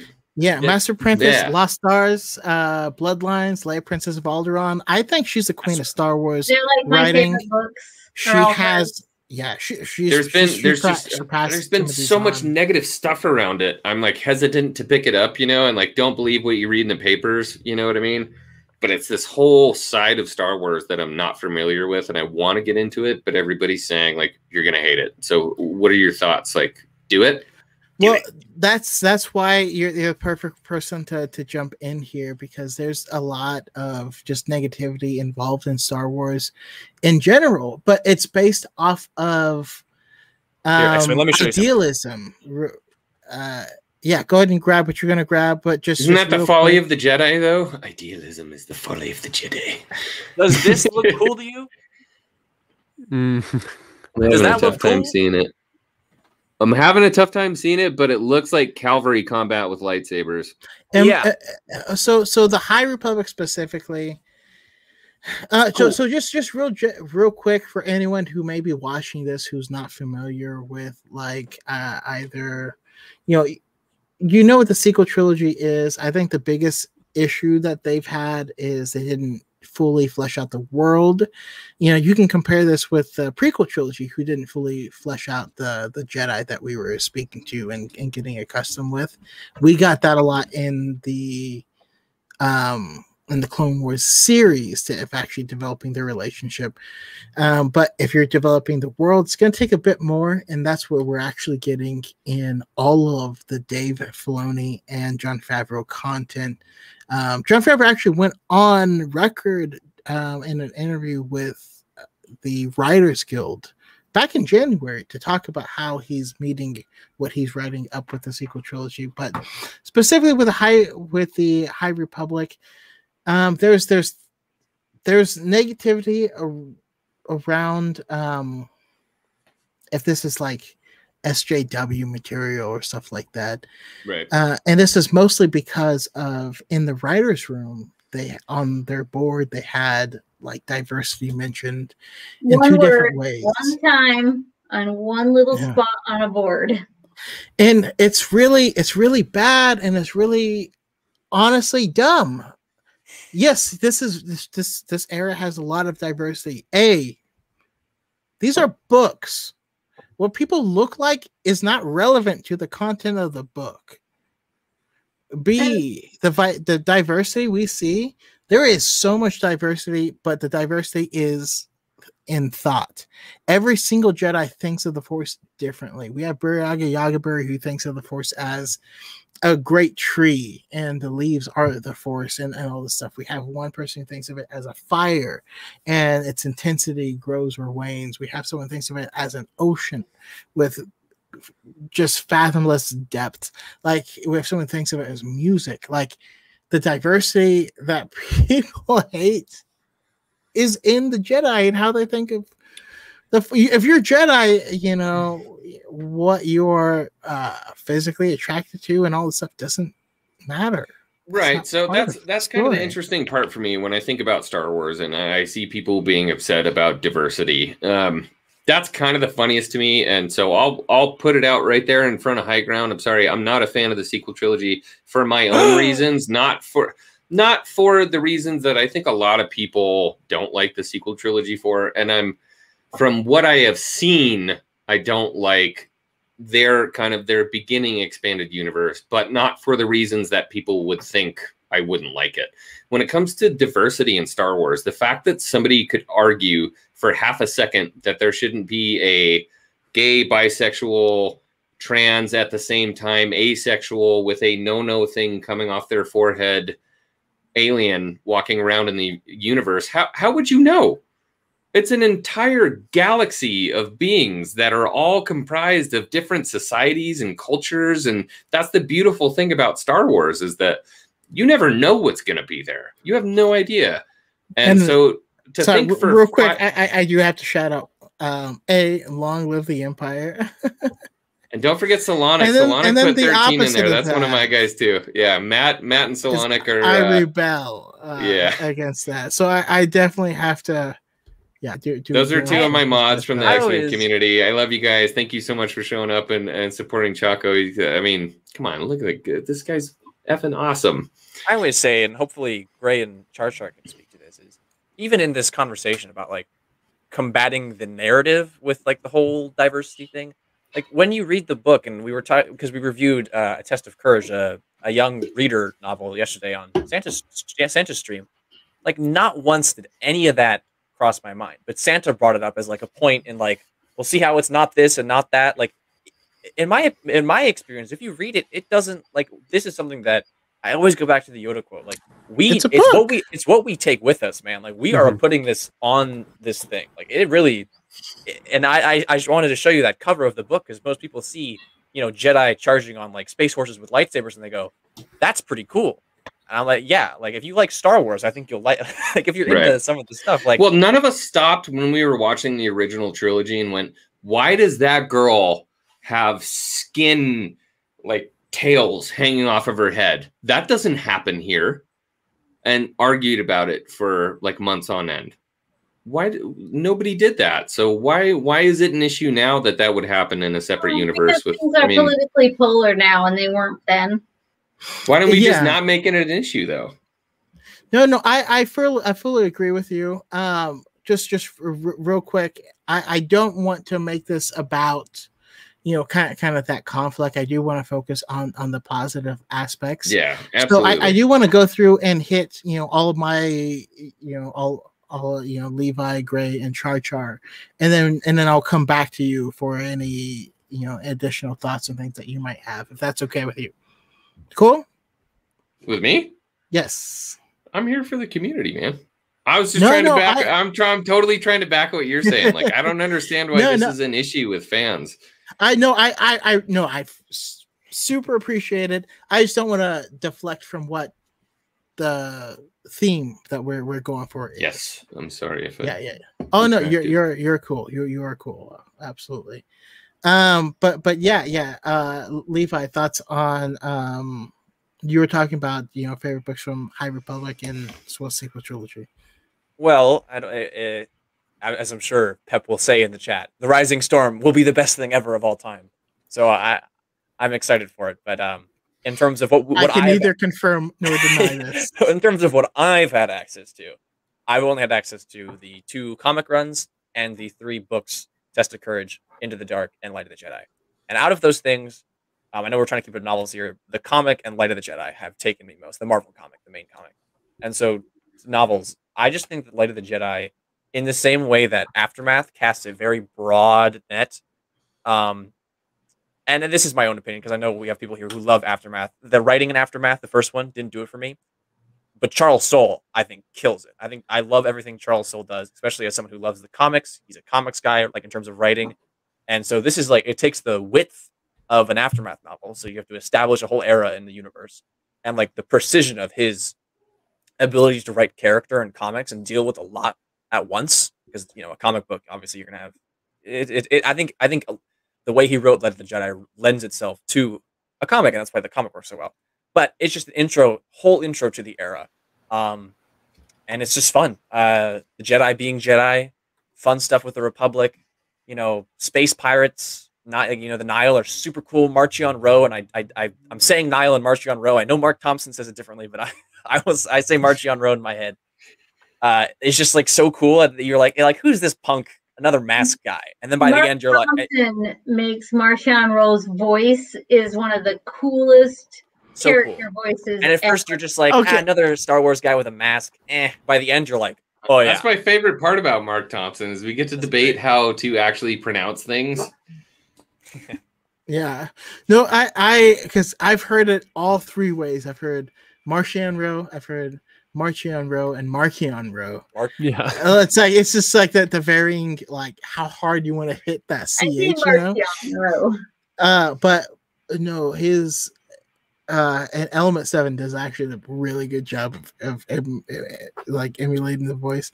I gotta go to Gray, you know, with this era. What jumps out at you? Like for me, the character, it's a new era of Star Wars, but we get to see the Jedi at the peak of the Jedi. We get to see what is referred to in the prequels, and yeah, there are these ultimate heroes, but we also get to see these cracks, and I love that we get to bear witness to how these cracks influence what we're going to see. Personally, especially Elzar, man, is my dude. Yes. Great. What are your thoughts? And am I combining the sequel trilogy with the High Republic? Is that what we're doing here? Yes, we are. So on my sequel trilogy, you know, I Bloodline. Wait, no, sequel trilogy. No, Bloodline, amazing book of the sequel trilogy. Everyone should read this book. I didn't think I would. It's so good. We get a middle-aged Leia. Like it's like Leia gets her groove back, but it's like so that. Good. It is so it's one of the best books I've ever read. Greer from Greer Sana. Oh, I love her. She's great. And Ransom. I really like this because I feel like I'm out of my comfort zone and in a territory with people who know this part of the universe, and I don't know it yet, which makes me happy because it means I have nothing but something to learn. My question would be, what is if I were to introduce myself to like this portion, this kind of like new expanded universe, if you want to call it that, what's the good intro book or what's the good intro point for me to start at? Because you've been through the good and you've been through the bad. This is it. If you're trying to introduce yourself to like the sequel era, it's definitely this book, which is Bloodlines. By I would say more of the High Republic. I think more of the High Republic. You mean the High Republic, or do you mean more of the High Republic? And we're gonna get there. Grace just is speaking. Yeah, we're in the sequel. Bloodline. Okay. I love Greer Sonnell and how she's from Pamarth, you know, and how they drink port in a storm. And how she's just so rugged and but yet like just a beautiful character. So I love her. And so I'm a big fan of Bloodline. And then, like I said, I loved how Ransom Casterfo was in that one. And then as far as the High Republic, I was a really big fan of Into the Dark. It was a simpler read than the first one. The first one was very convoluted. And that's number 2? Yeah. It was very convoluted and hard for me to follow. I had to listen to it multiple times. I struggled with the first one. Loved Into the Dark. I love the Dren gear. Are those the plant baddies? Mm-hmm, yeah. Okay. All right. Yeah. Cool. And that's what I have to say on that. The High Republic is very new. I'm just getting into it, so I don't have just a lot to say about the High Republic as I do say. Well, it's very fresh. Else. Yeah, it's all fresh and it's all new. But if it's a good Star Wars story, I mean, I think it's a good Star Wars story. I think that you should give things a chance without listening to all what everybody else has to say about it and go in open-minded. I'll do it, Kenobi. That's why I'm here. Yeah. For sure with the High Republic, especially like Into the Dark is the book that has Geode, which is what everyone and I love Geode. Grabbed the infamous. Right. Everyone that's read the book loves Geode. Everyone that hasn't hates Geode, thinks he's the worst thing that happened to Star Wars. Yeah. And that's I mean, I don't want to tell you what to do, but I will tell you that there is. No, you don't have to, but you can be an advocate for Star Wars. Yeah, no, there's one side of Star Wars that loves Star Wars and is willing to take things for what it is. There's another half that will talk about Geode without having ever read a book that Geode is in part of. And so I will say, this is what I will say unequivocally. If there are people that complain about those that will not be a fan of the medium, but will try to inject their politics into it.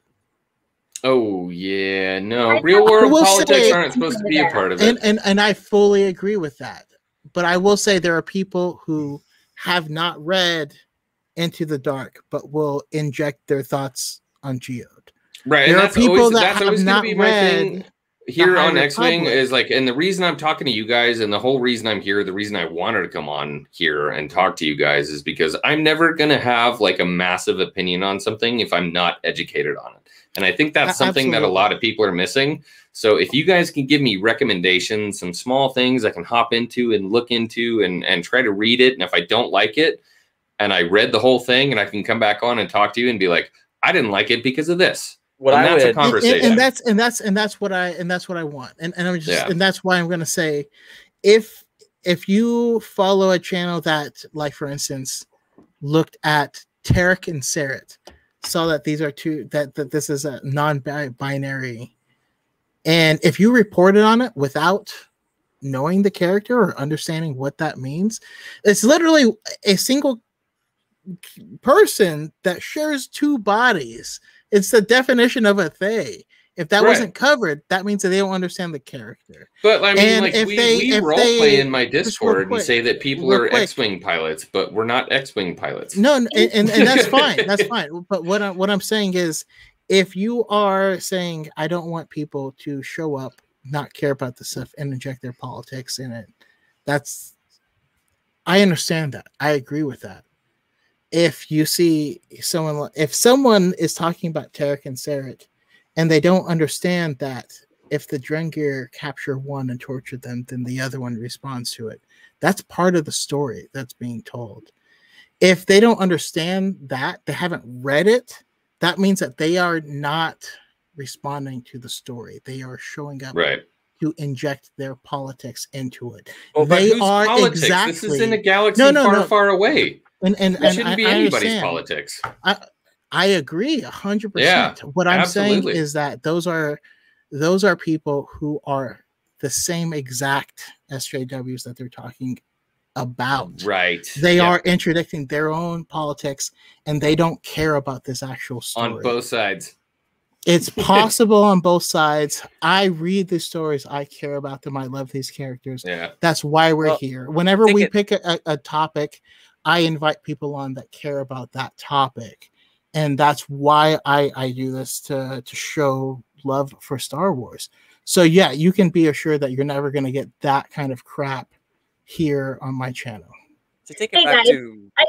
Sorry, I have to say something real quick. I have to go put my daughter to bed, and I will come back. And if you guys are still going, I would like to join back in. But can I throw out my little honorable mention? And absolutely, I would be delighted to hear that. Can I just say I love your Ahsoka, by the way, before you do that? Oh, thank you. It's beautiful. This is my birthday present. It's awesome. So my honorable mention, and I did mention it before, was I think the Phasma and the Black Spire, they're basically a 1 and 2. Definitely should give that a listen. They're a lot of fun. And Force Collector I enjoyed. And then if I could commission the next canon book, what would it be? It would be Lost Stars 2. Claudia, she's teased us. I was at Celebration. And she was like, I'm working on it. And I was like, it's a strong sign out. All right, well, I'm going to say this right now. None of y'all can talk about Lost Stars Part 2 until she comes back. If she comes back in time, we hear her vision first. I said that, Levi, because I didn't know she was working on a Part 2. No. I mean, like she's. We don't teased it. know. We don't know. Like she's been like she's I up to worked it. on something. She with loves the characters. Kane and She Sienna. wants to She's do like, I more. love them so much. I love to do it more. I'm like, So that's what I want to know. Lost Stars 2. No, That would be my favorite. I'll be back in about 10 minutes, guys. If the show is still going, I'll see you guys. And if it's not, it's been wonderful. Yes. It was nice to meet you, Gray. I hope I get to talk to you again. Of course, I'm always here. I think we got 10 minutes left in the show. I'm just kidding. Well, I'll be back in about 10 minutes. If you guys are still going, I'll join in. Awesome. Thanks, I guys. wanted to say after that conversation between Choco and X-Men, to take it back to like the story and what you should, if you're into comics and you don't want to have like the same time commitment as reading Light of the Jedi, because that's a full novel, you know, I would try the Marvel High Republic run, and I think that encapsulates. It's by Cavan Scott, who wrote Dooku Jedi Lost and the upcoming Rising Storm, and he, I think, encapsulates the era really well too. And it's much less of a time commitment reading 5 comic issues than it is, reading a whole. Can I be honest with you, Levi? I have never once read a single Star Wars comic. Well, maybe I will. Never mind. I know. Just get me out of here. Kick me off the stream. I have literally never read one comic because I'm just such a book guy. I prefer the book so much. And that's okay. I would rather spend the time to get the story kind of fleshed out and like have my own interpretations of it instead of having it kind of spelled out with like pictures and words in front of me. Like I want to interpret it in my own way. Yeah, and so. So let's hit both Levi and Char Char, and then we'll get your thoughts on the X-wing. So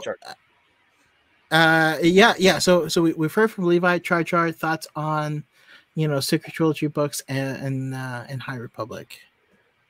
So like my favorite sequel trilogy book has to be Phasma, because Phasma it tells her whole upbringing from her home planet of Parnassos. And with her brother, and it's like Game of Thrones, dude. Yeah. I mean, really? Yeah, she is. Yeah. Wow. Yeah. Okay. Yeah. So when she grows up and becomes this villain we see in The Force Awakens and The Last Jedi, she is. If you think that she was cool in the movies, in the book, she's a monster. Let me just say, Brienne of Tarth. yeah. She is a monster. And when she first joins the First Order, her and Armitage, I'm not gonna, like they have, like an early connection, and I'm not gonna, give any spoilers away because brutal. It's a brutal book. It's a great. Imagine Mad Max Star Wars edition. So I'm into that. That's like. And it is badass. So yes, absolutely. That's cool. That's totally stuff I can get into. And if I can flesh out those characters and connect myself with the sequel trilogy a little bit more when I rewatch it and be like, okay, that I like that character. You know what I mean? That totally helps. Yeah, every time I love Phasma when I watch the movies because I'm like, I know. And it really, the book, honestly, I don't know how we haven't mentioned it. Like it goes to show why she turned off the shields at Starkiller Base. Like that's essentially what the book is explaining in terms of like the overall like canonicity of like what does this mean for the character? Like it gives us why it is in that character's nature to shut off those shields, and in like the Last Jedi deleted scene to kill her own troops. Like it shows you why she's that bad. Like in a way, it also gives you like more information about Finn too, because she's a survivor.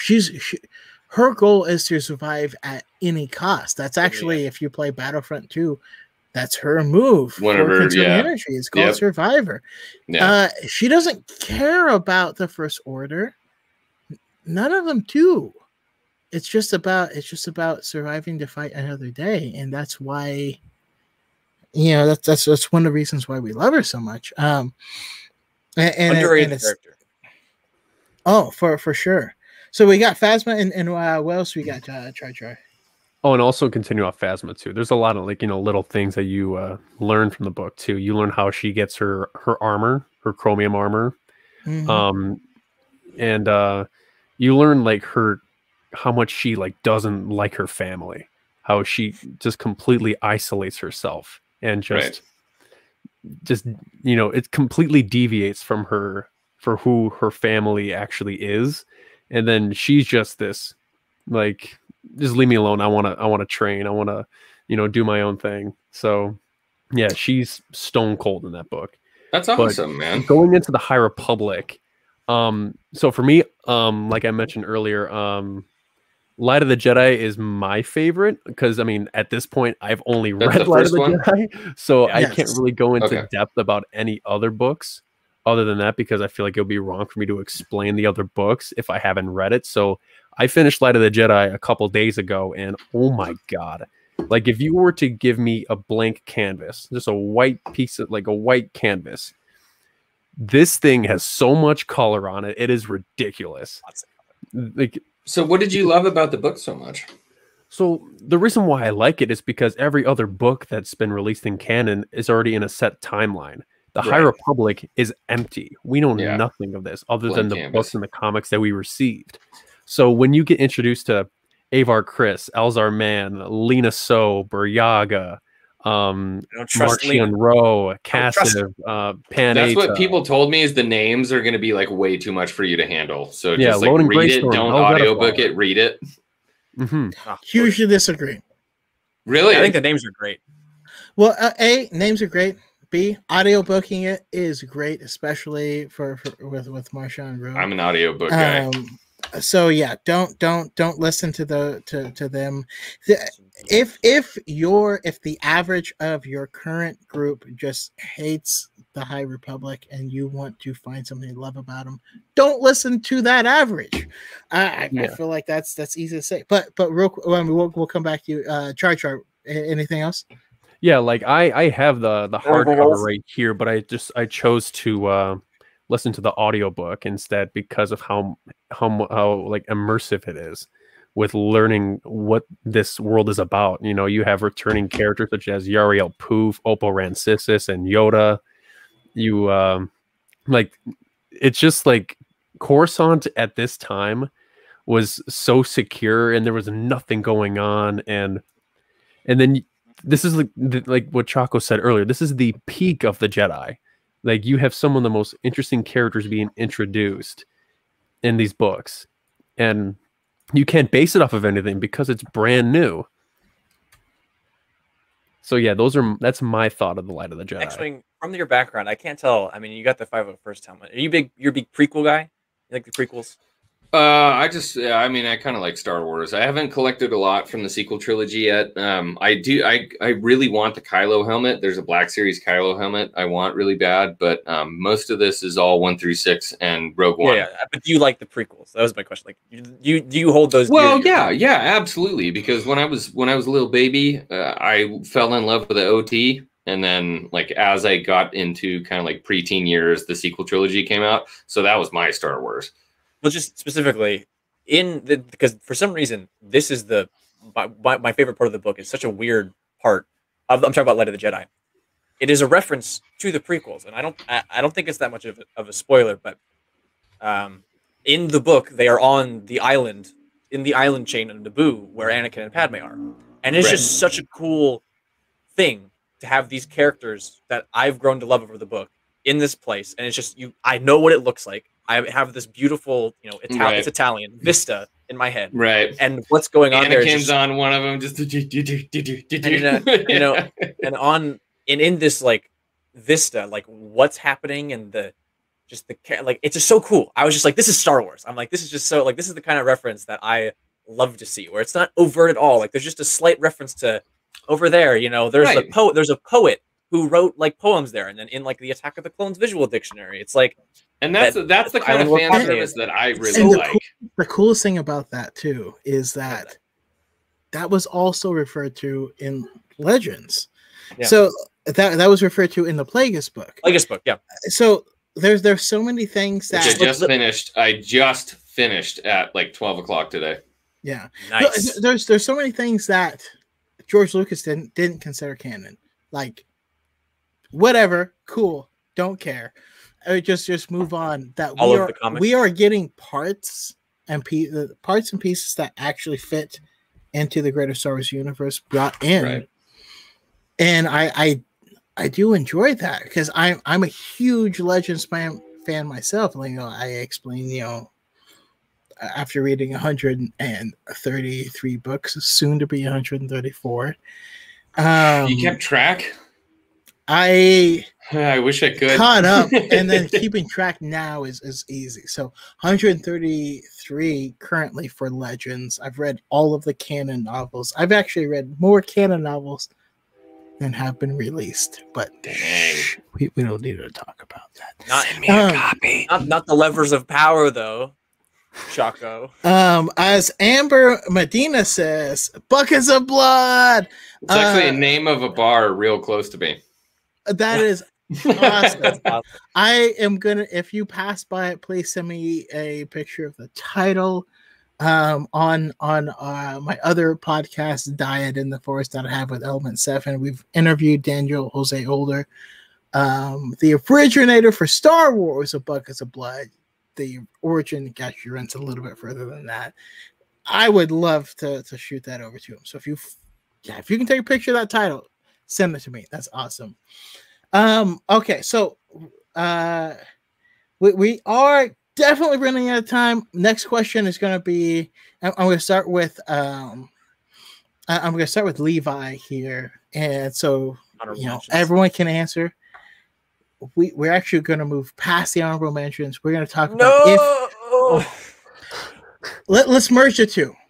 Okay. Hit me with your honorable mentions.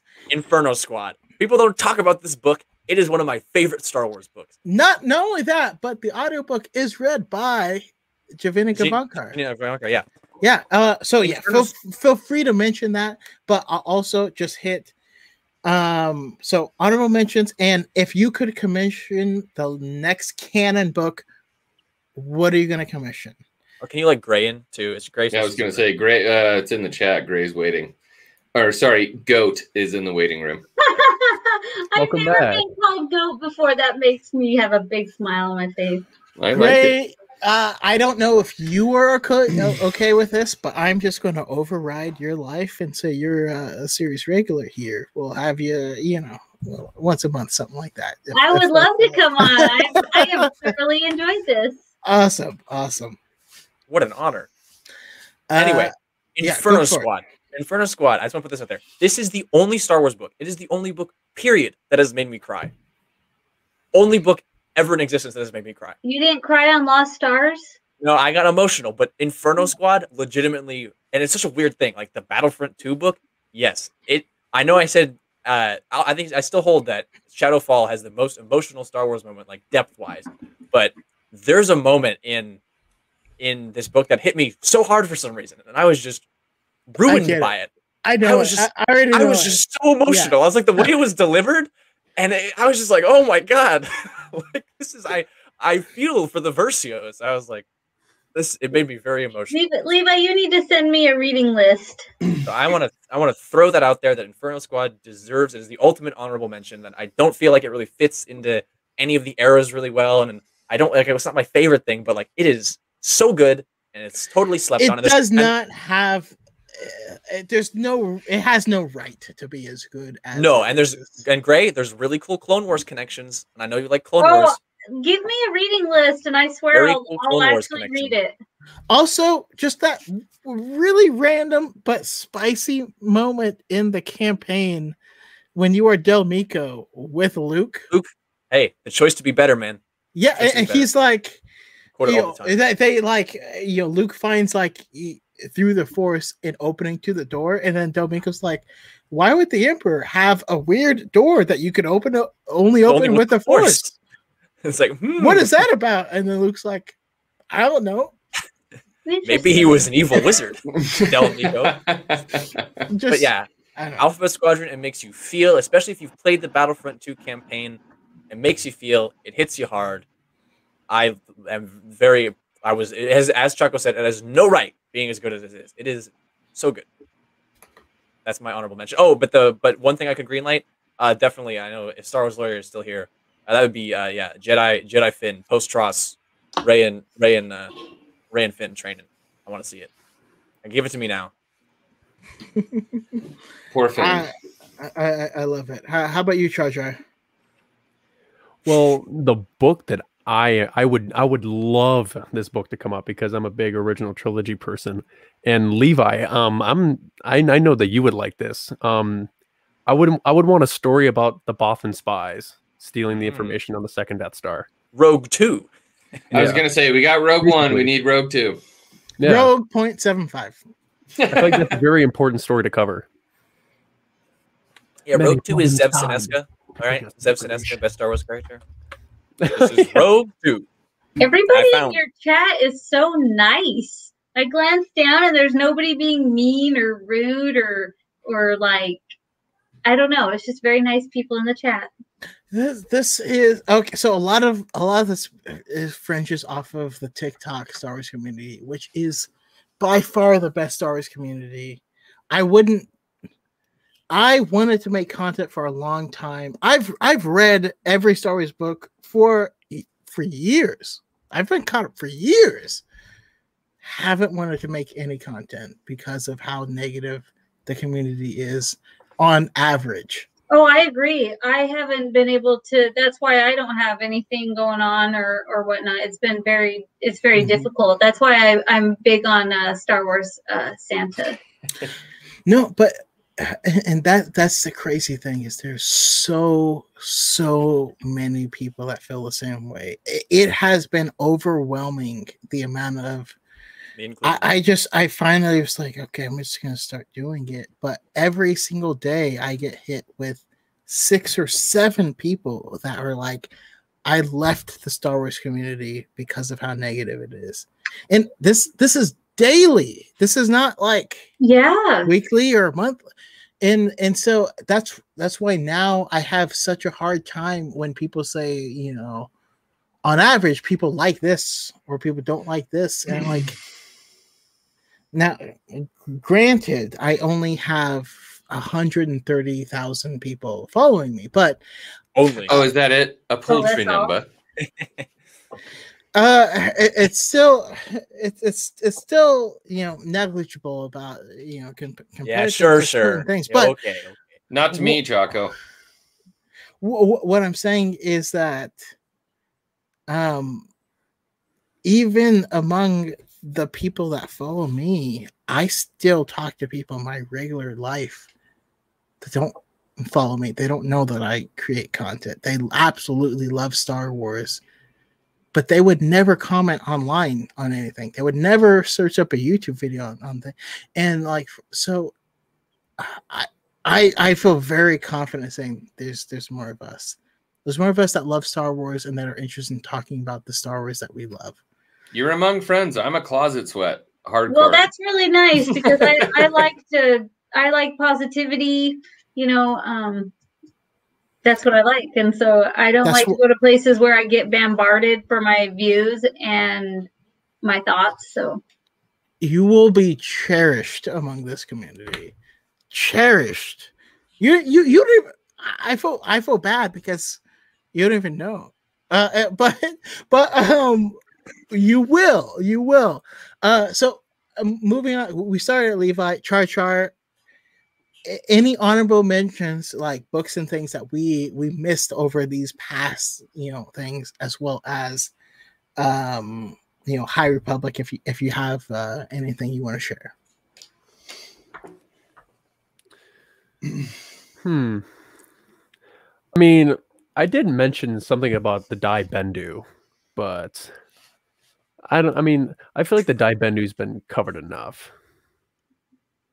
I reacted because I was just on a stream in Element and Hall Night Mirage. We came up with the Ben Dude, and that Element used the Pep was like Ben Dude is like because he has his stream analogy with the dams and the mills, and he was like Ben Dude's like a surfer. He surfs it. We're like the Ben Dude, and so that's what you no, it makes sense. Like the Ben Dude is. I was like, we need Ben Dude merch. Yeah, like the Ben Dude, the big brown woolly guy. Yeah. Because he's the one in the middle. Like draw him with like sunglasses on. Yeah, like on a surfboard. He's like, I am the one on the wave. You know, he's the Ben Dude. I could totally make that. I love that. Yeah, look at it. Yeah. I love the Ben Dude. Yeah, I absolutely. So okay, so Char, what do you got for us? What are you seeing here? What haven't we mentioned? What haven't we mentioned? Which books have kind of gone under the radar that you think that we should be aware of? And B, you have the green light stamp. You get to tell Kathleen Kennedy this is the next story that's going to happen. She can't say no. What story are you telling? Oh. So I have like an executive order right here. Yes. Oh, this is great. Oh, you have that nuclear football, and you're like, listen, I have this. So, Misa thinking, we being friends. Bombad. Okay. A story that, and then we'll go to X-Wing for his thoughts on these stories that we're pitching. So I already said the Boston Spies one, but one that I would love to have, I would just want a Bad Batch book. Just that, plain and simple. I just want a book about the Bad Batch. When? Okay. Any specific? Yeah. Like you said, any specific time period or topic? Like the decision that Nala Se made, or how they have their special modifications and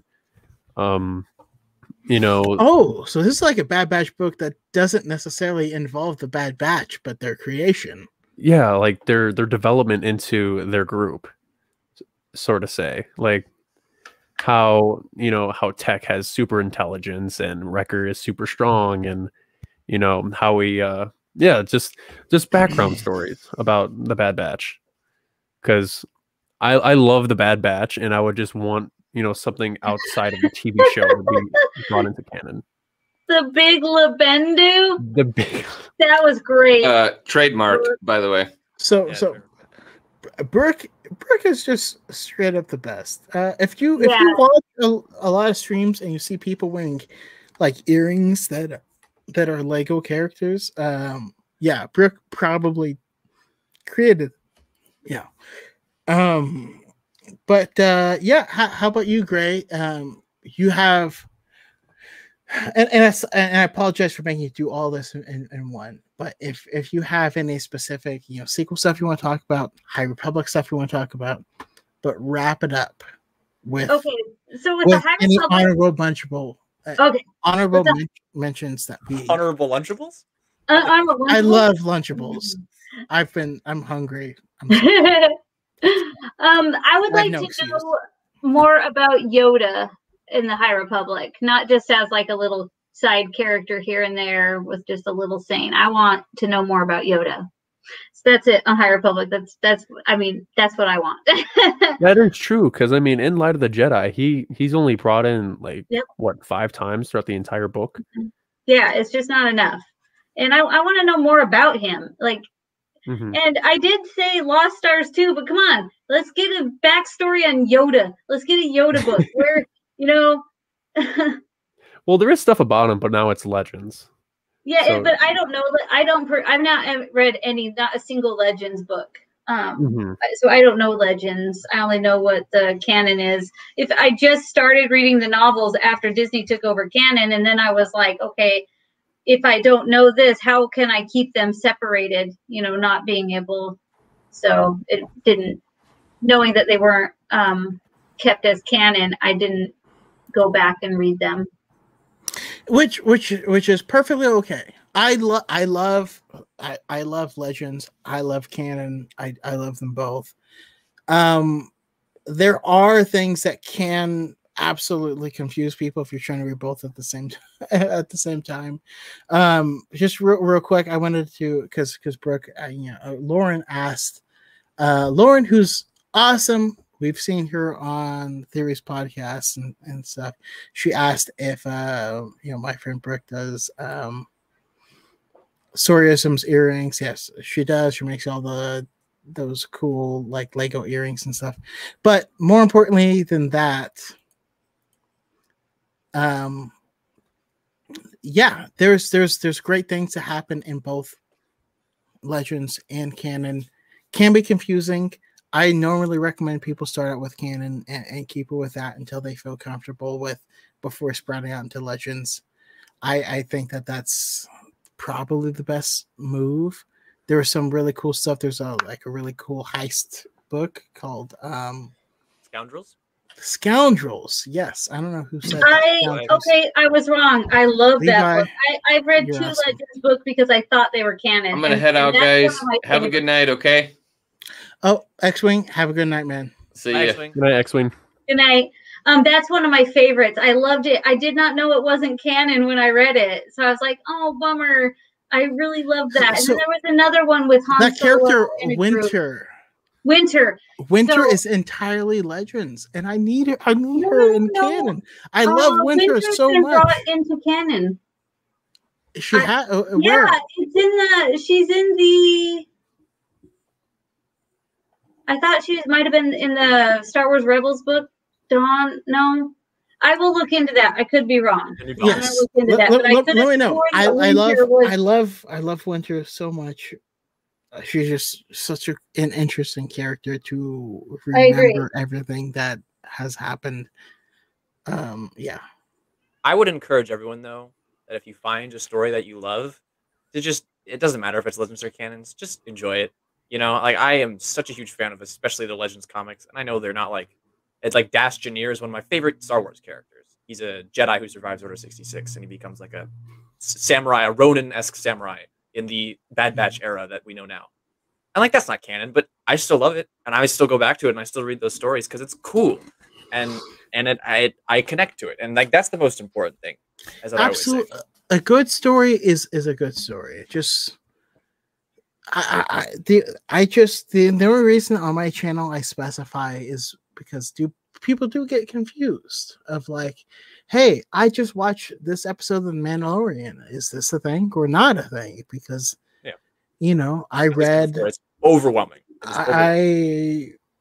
What is open? I read Open Seasons, and it says the opposite of this. Open Seasons is not canon, which is okay. It's a great book. You can read it. She is canon. I just don't know where she was made canon. Awesome. I love it. That makes me super excited. Don't worry about it. I will do all the necessary research because I love Winter. I thought you have no idea. Like Winter for I have this weird affinity for Winter and Saba Sabatine. the Barbell, she's like if you like Spider-Man, she's like the lizard. But a Jedi, and she's the one that trained Leia, and she's incredible. Imagine like this weird lizard who, because she's a lizard, she is not emotional at all. So she says random things that you're like, oh, this is like Sith Lord stuff.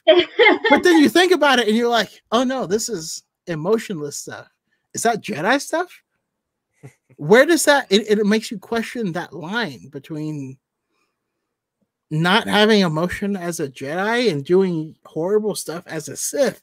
It like really blurs that line as a character for Saba Sabatine, and she's I have this uncontrollable love for her as a character, but that's and now have you guys read The Force Collector? Nobody ever mentioned it. I was curious if I stood alone in liking that book. I think it was didn't you mention it? Oh, I guess no one. I see what you mean. Yeah, I thought it was. I enjoyed it, but I thought it was a little bit just like it was like walking through a museum, you know, because his psychometry is very much like, look at this thing. It felt like walking through an exhibit of familiar things.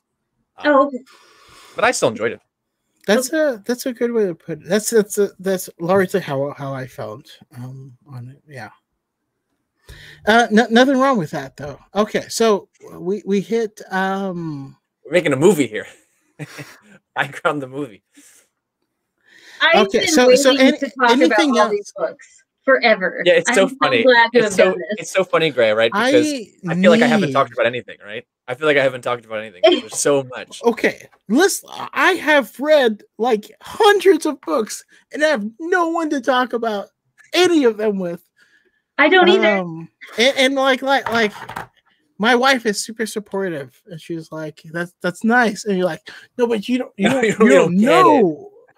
You know, like she gets lost. My husband like rolls his eyes and starts staring off at his phone, and eventually just doesn't listen to me anymore. So Exactly. And so that's why I wanted to get like a council together of people who like I don't know would understand. Well, we have a cat named Ahsoka, and my new cat in June is going to be named Bridger. Oh, nice. I like that. I like it's that. so funny, Straka, you said that because I am always trying to convince people to read these books. I'm like, no, they're good. And like I haven't been able to convince. I can't either. But I was able, it's funny because I didn't really mention this. And like my mom has always been a really big Star Wars fan. And I was able to, she's like going through it right now. She just finished Empire's End. And she's like, we're calling. I'm like, you finished Empire's End? She's like, oh my God, Ray Sloane. I'm like, yeah, right? And she's like, what's your mom's number? It's so what would wholesome. that be like to have family members who like anything that you like? It's so great. And I'm like, Alphabet Squadron next. Alphabet Squadron next. Yeah.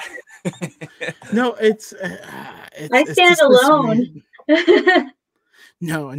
You are amongst friends. I mean, in my family, I stand alone, like super alone. My family are all like normal, popular people. I mean, we didn't even mention it, but like Nora Wexley as a mother in Star Wars. I had Nora written here when it said, "What would if you could be in a book?" I chose Aftermath first because I wanted to be tutored by Nora Wexley. I did change that to Master and Apprentice, but I love every Nora. time I watch Return of the Jedi now, when that Y-wing turns off, I'm like, "That's Nora! That's Nora!" It is. Yes, I get so excited. Oh, it's so good. And I apologize for anyone in chat that haven't been paying full attention to. This is just like so. Brickfield's so loved on Far Far Away on Etsy is her story.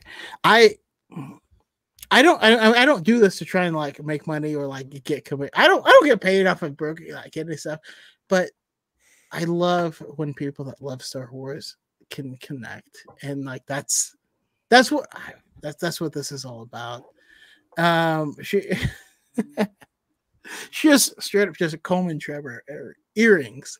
If that's what you're into, I call him the Leroy Jenkins of Star Wars, but that's cool. Did you know that was staged? It really hurt my heart when I found that out. It's not surprising at all. I just recently learned about Leroy Jenkins only like 3 months ago. I had no idea. Coleman Trevor didn't have chicken though. So yes. All right, so let's hit up Char J. All right, you broke into Kathleen Kennedy's office. She was there. She was eating a Cobb salad. You kicked her in the chest away from it. You grabbed her stamp and pad. Choco, I'm gonna stop you right now. You've asked Char this question 3 times. I know you're going this way, but you've asked the green light question. I think it's Levi's turn 3 times. Char, I just wanted to. I know, like it's funny, but I just wanted to point that out because I'm loving it. In this podcast, really? Yeah. That's the third time. Did he answer it? Yeah. First it was Both and Spies, then it was the Bad Batch book. And now you're coming in for a third. You're coming for a third swing. Wow! I think you felt like you left him out earlier, and so now you're trying to make. I really do. And then X-Wing threw me off and all this stuff because I've been trying to get X-Wing on for a long time. It's all right. Great. Same question to you. You've asked Gray and me. Hey, it's all good. You've asked all of us multiple. Lost Stars 2 and Yoda. Yeah, you asked her twice. I'm sorry, Choco. I didn't want to like interrupt. It's your stream. No. I was like, he's just. I'm just shocked because I would much rather have Levi be able to tell him that he was doing it again rather than just letting it go. Yeah, it's wholesome. No. It's more like I've had more random side stuff thrown at me during this one podcast. During this one, like hosting is one thing, right?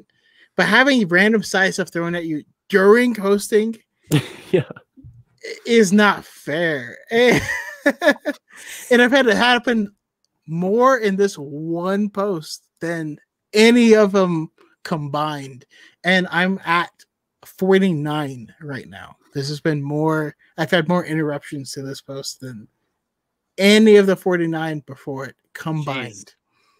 That's great. Wow. 'Cause I'm someone who, you know, I just talk and talk and talk, and I don't want to interrupt. And like, I know, like, I don't want this going. I love the fact that you can talk is. and like feel comfortable talking. I can too. It's just- I try truly not love to it, and then interrupt, you love but it. it happens. I And just then, didn't want to have- interject. Have people join it who can talk, and like and Charge Art can also talk. He's actually been holding back in reserve, which is unnerving to me, especially because he has this like weird, darker theme. I Yeah, feel I've been he's like, gonna Char attack talk, me and you're like, I've been talking through I'm my like, "You gotta-" screen. Yeah, I mean, yeah, Anyways, I have my windows I up, and love- I kind of have I've- that natural light coming in, and then when it got darker outside, it, like the light from my camera kind of. I love you guys. I love this community. It's wonderful. I could talk to you guys forever, and I apologize for repeating. I was unaware because I was just like, Oh man, it's I totally. have Oh, to we didn't handle even certain laugh things. at your expense. That's okay. Oh, it's hey. great. I think it's enjoyable. It's wholesome. Like I said, it's wholesome. All right, so here's what we will do. Let's do one last roundabout, starting with Levi. We'll hit Levi, Try, and then Gray.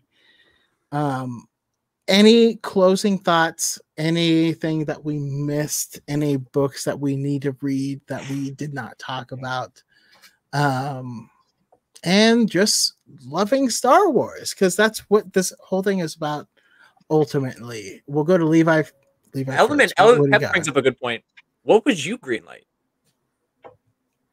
Oh no, I have one for the end. I do. Okay, I okay. always do. I always do. Well, as I've said, and clearly we've demonstrated that we all love talking here and communicating and being part of this really positive community. And Absolutely. it's such a shame because like I feel like I haven't really talked about anything, and not because I haven't been talking, but just because there's so much to talk about. Like it's just like I feel like I haven't. You know, like we just touched on Nora Wexley for one sentence. Like that's a main character of a whole trilogy of books that we could do a whole podcast just about her. And it's such a shame that you could talk about Star Wars forever, right? And that's why I love it so much. But in terms of stuff we've missed or haven't talked about, once again, please read Levers of Power. It's so good. Please read Levers of Power. I want to talk to someone about it. I don't think I've met a single other person who's read it. I have it written down. I'm gonna read it. It's so good. In terms of other things we missed, looking at the shelf to see if I've missed anything. Yeah, there's just so much. I don't know. I just love talking. We didn't really talk about the novelizations. But other than that, I just go read a Star Wars book, people. Go read. Reading is fun. I said that yesterday. I'll say it again. Like, just jump into something. I Have a good don't, Knowledge time. is power. I don't Knowledge- even listen to music. I just listen to stories. And have a good time with it. Like if you're not, you gotta have a good time with it. If you're not enjoying something, then don't force yourself to read it. Just, I don't know. This has been a very positive environment, so I hope you all take that positivity with you into your reading experience. Absolutely. Another know. thing that I take in with me is Cal's comment is, I'm Commander Shepard, and this is my favorite post on the Citadel. He's Commander Shepard Please play Mass from Effect. Stargate. Yeah, man. Commander No, Shepard nice. from Stargate. I love you. I feel like, Gray, you would love Mass Effect if you play it as a game. Please I don't play video games. I know, Chocolate, do you and that's think- okay. Is Saba Please do. 17 like an Elcor? I play Galaxy of Heroes Saba on my phone. 17 Star Wars. is not like an Elcor. Not like She an is more like Garrus than anything, and maybe Thane. Okay. She's either Garrus or Thane, if in comparison. Char J. Closing thoughts, where we can find you. You're awesome. Oh yeah, all new nerds, guys. Handsome I did say that. face. Where you can find me, you can find me. 6'6" frame. Yeah. Yeah, Jeez. 6'6". yeah. I'm 5'1". Hey, 3. yeah. I used to be tall at 5'11", but goddamn, I hate you I'm all. 5'1" and like We have the high ground. This is the high ground podcast. You know, like Yeah. you gotta bring the height.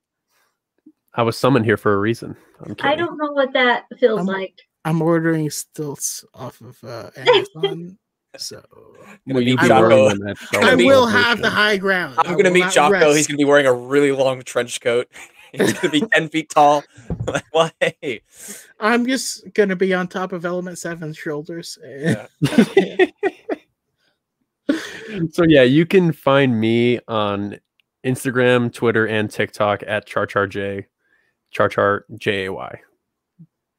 So, Yes, he does have his own community as well on Discord, but I don't know if that's what he wants to promote. yeah. I also have my Discord as well. Thank you for reminding me. Yeah. Discord. We talk a lot of Star Wars. You can put your self promo in there. You can talk about anything you want that's related to Star Wars, and it's a safe place to talk. So, yeah. Average S, do I have a? Sorry to interrupt. I guess I didn't make it clear. Yes, all new nerds. I do have a YouTube channel with my co-hosts, Johnny and Dylan. We, just like what X-Wing said, and Chaco said, everyone said. I mean, I think we all share a pretty similar mindset into the way we want to approach it. We want to highlight just what everyone loves about Star Wars. We don't all have to agree to love this thing. Also, we have a Discord server that is great, really great community in there. Just all new nerds everywhere. So yeah, sorry, I guess I didn't make that clear. No, it's all good. And how about you, Gray? I know will have something, but you are amazing, and so many people love your content. I can't tell you. Yeah. I don't even think Gray knows you're talking about her. Sorry, guys. My computer decided to do its restart and update. Getting out of hand. No, they are two of them. Oh, there are two of them. It's okay. Just want to say, yes, Gray. We and many people in the community love your content, love your thoughts on things like that. Want to have you back. Want to find out where to find you. I know that it's tough to find you currently. I actually have a very specific thing in mind. Maybe not next week, the week after. Hopefully I can get you available for that. But for sure. I would love to come on. I don't have my own channel yet, which I will in the end of fall. It'll be called Rare Loot, and I'll be doing some different things there regarding like Star Trek, Stargate, and Star Wars. And so I will be starting one in the fall, and I would be glad to come on your show until then. Or even after then. I would love to come next week if you want me to. Awesome. That is awesome. Not next week, week after that. But yes. Oh, week after. Yeah, that's what I meant. You guys have all been wonderful guests. I really do appreciate you. I've gone on further than I thought I would. I know we had some technical difficulties and things like that. Mostly me being dumb, but that's okay. I had interruptions, but yes, love all you guys, love the content, and I love everyone that loves to share their love for Star Wars.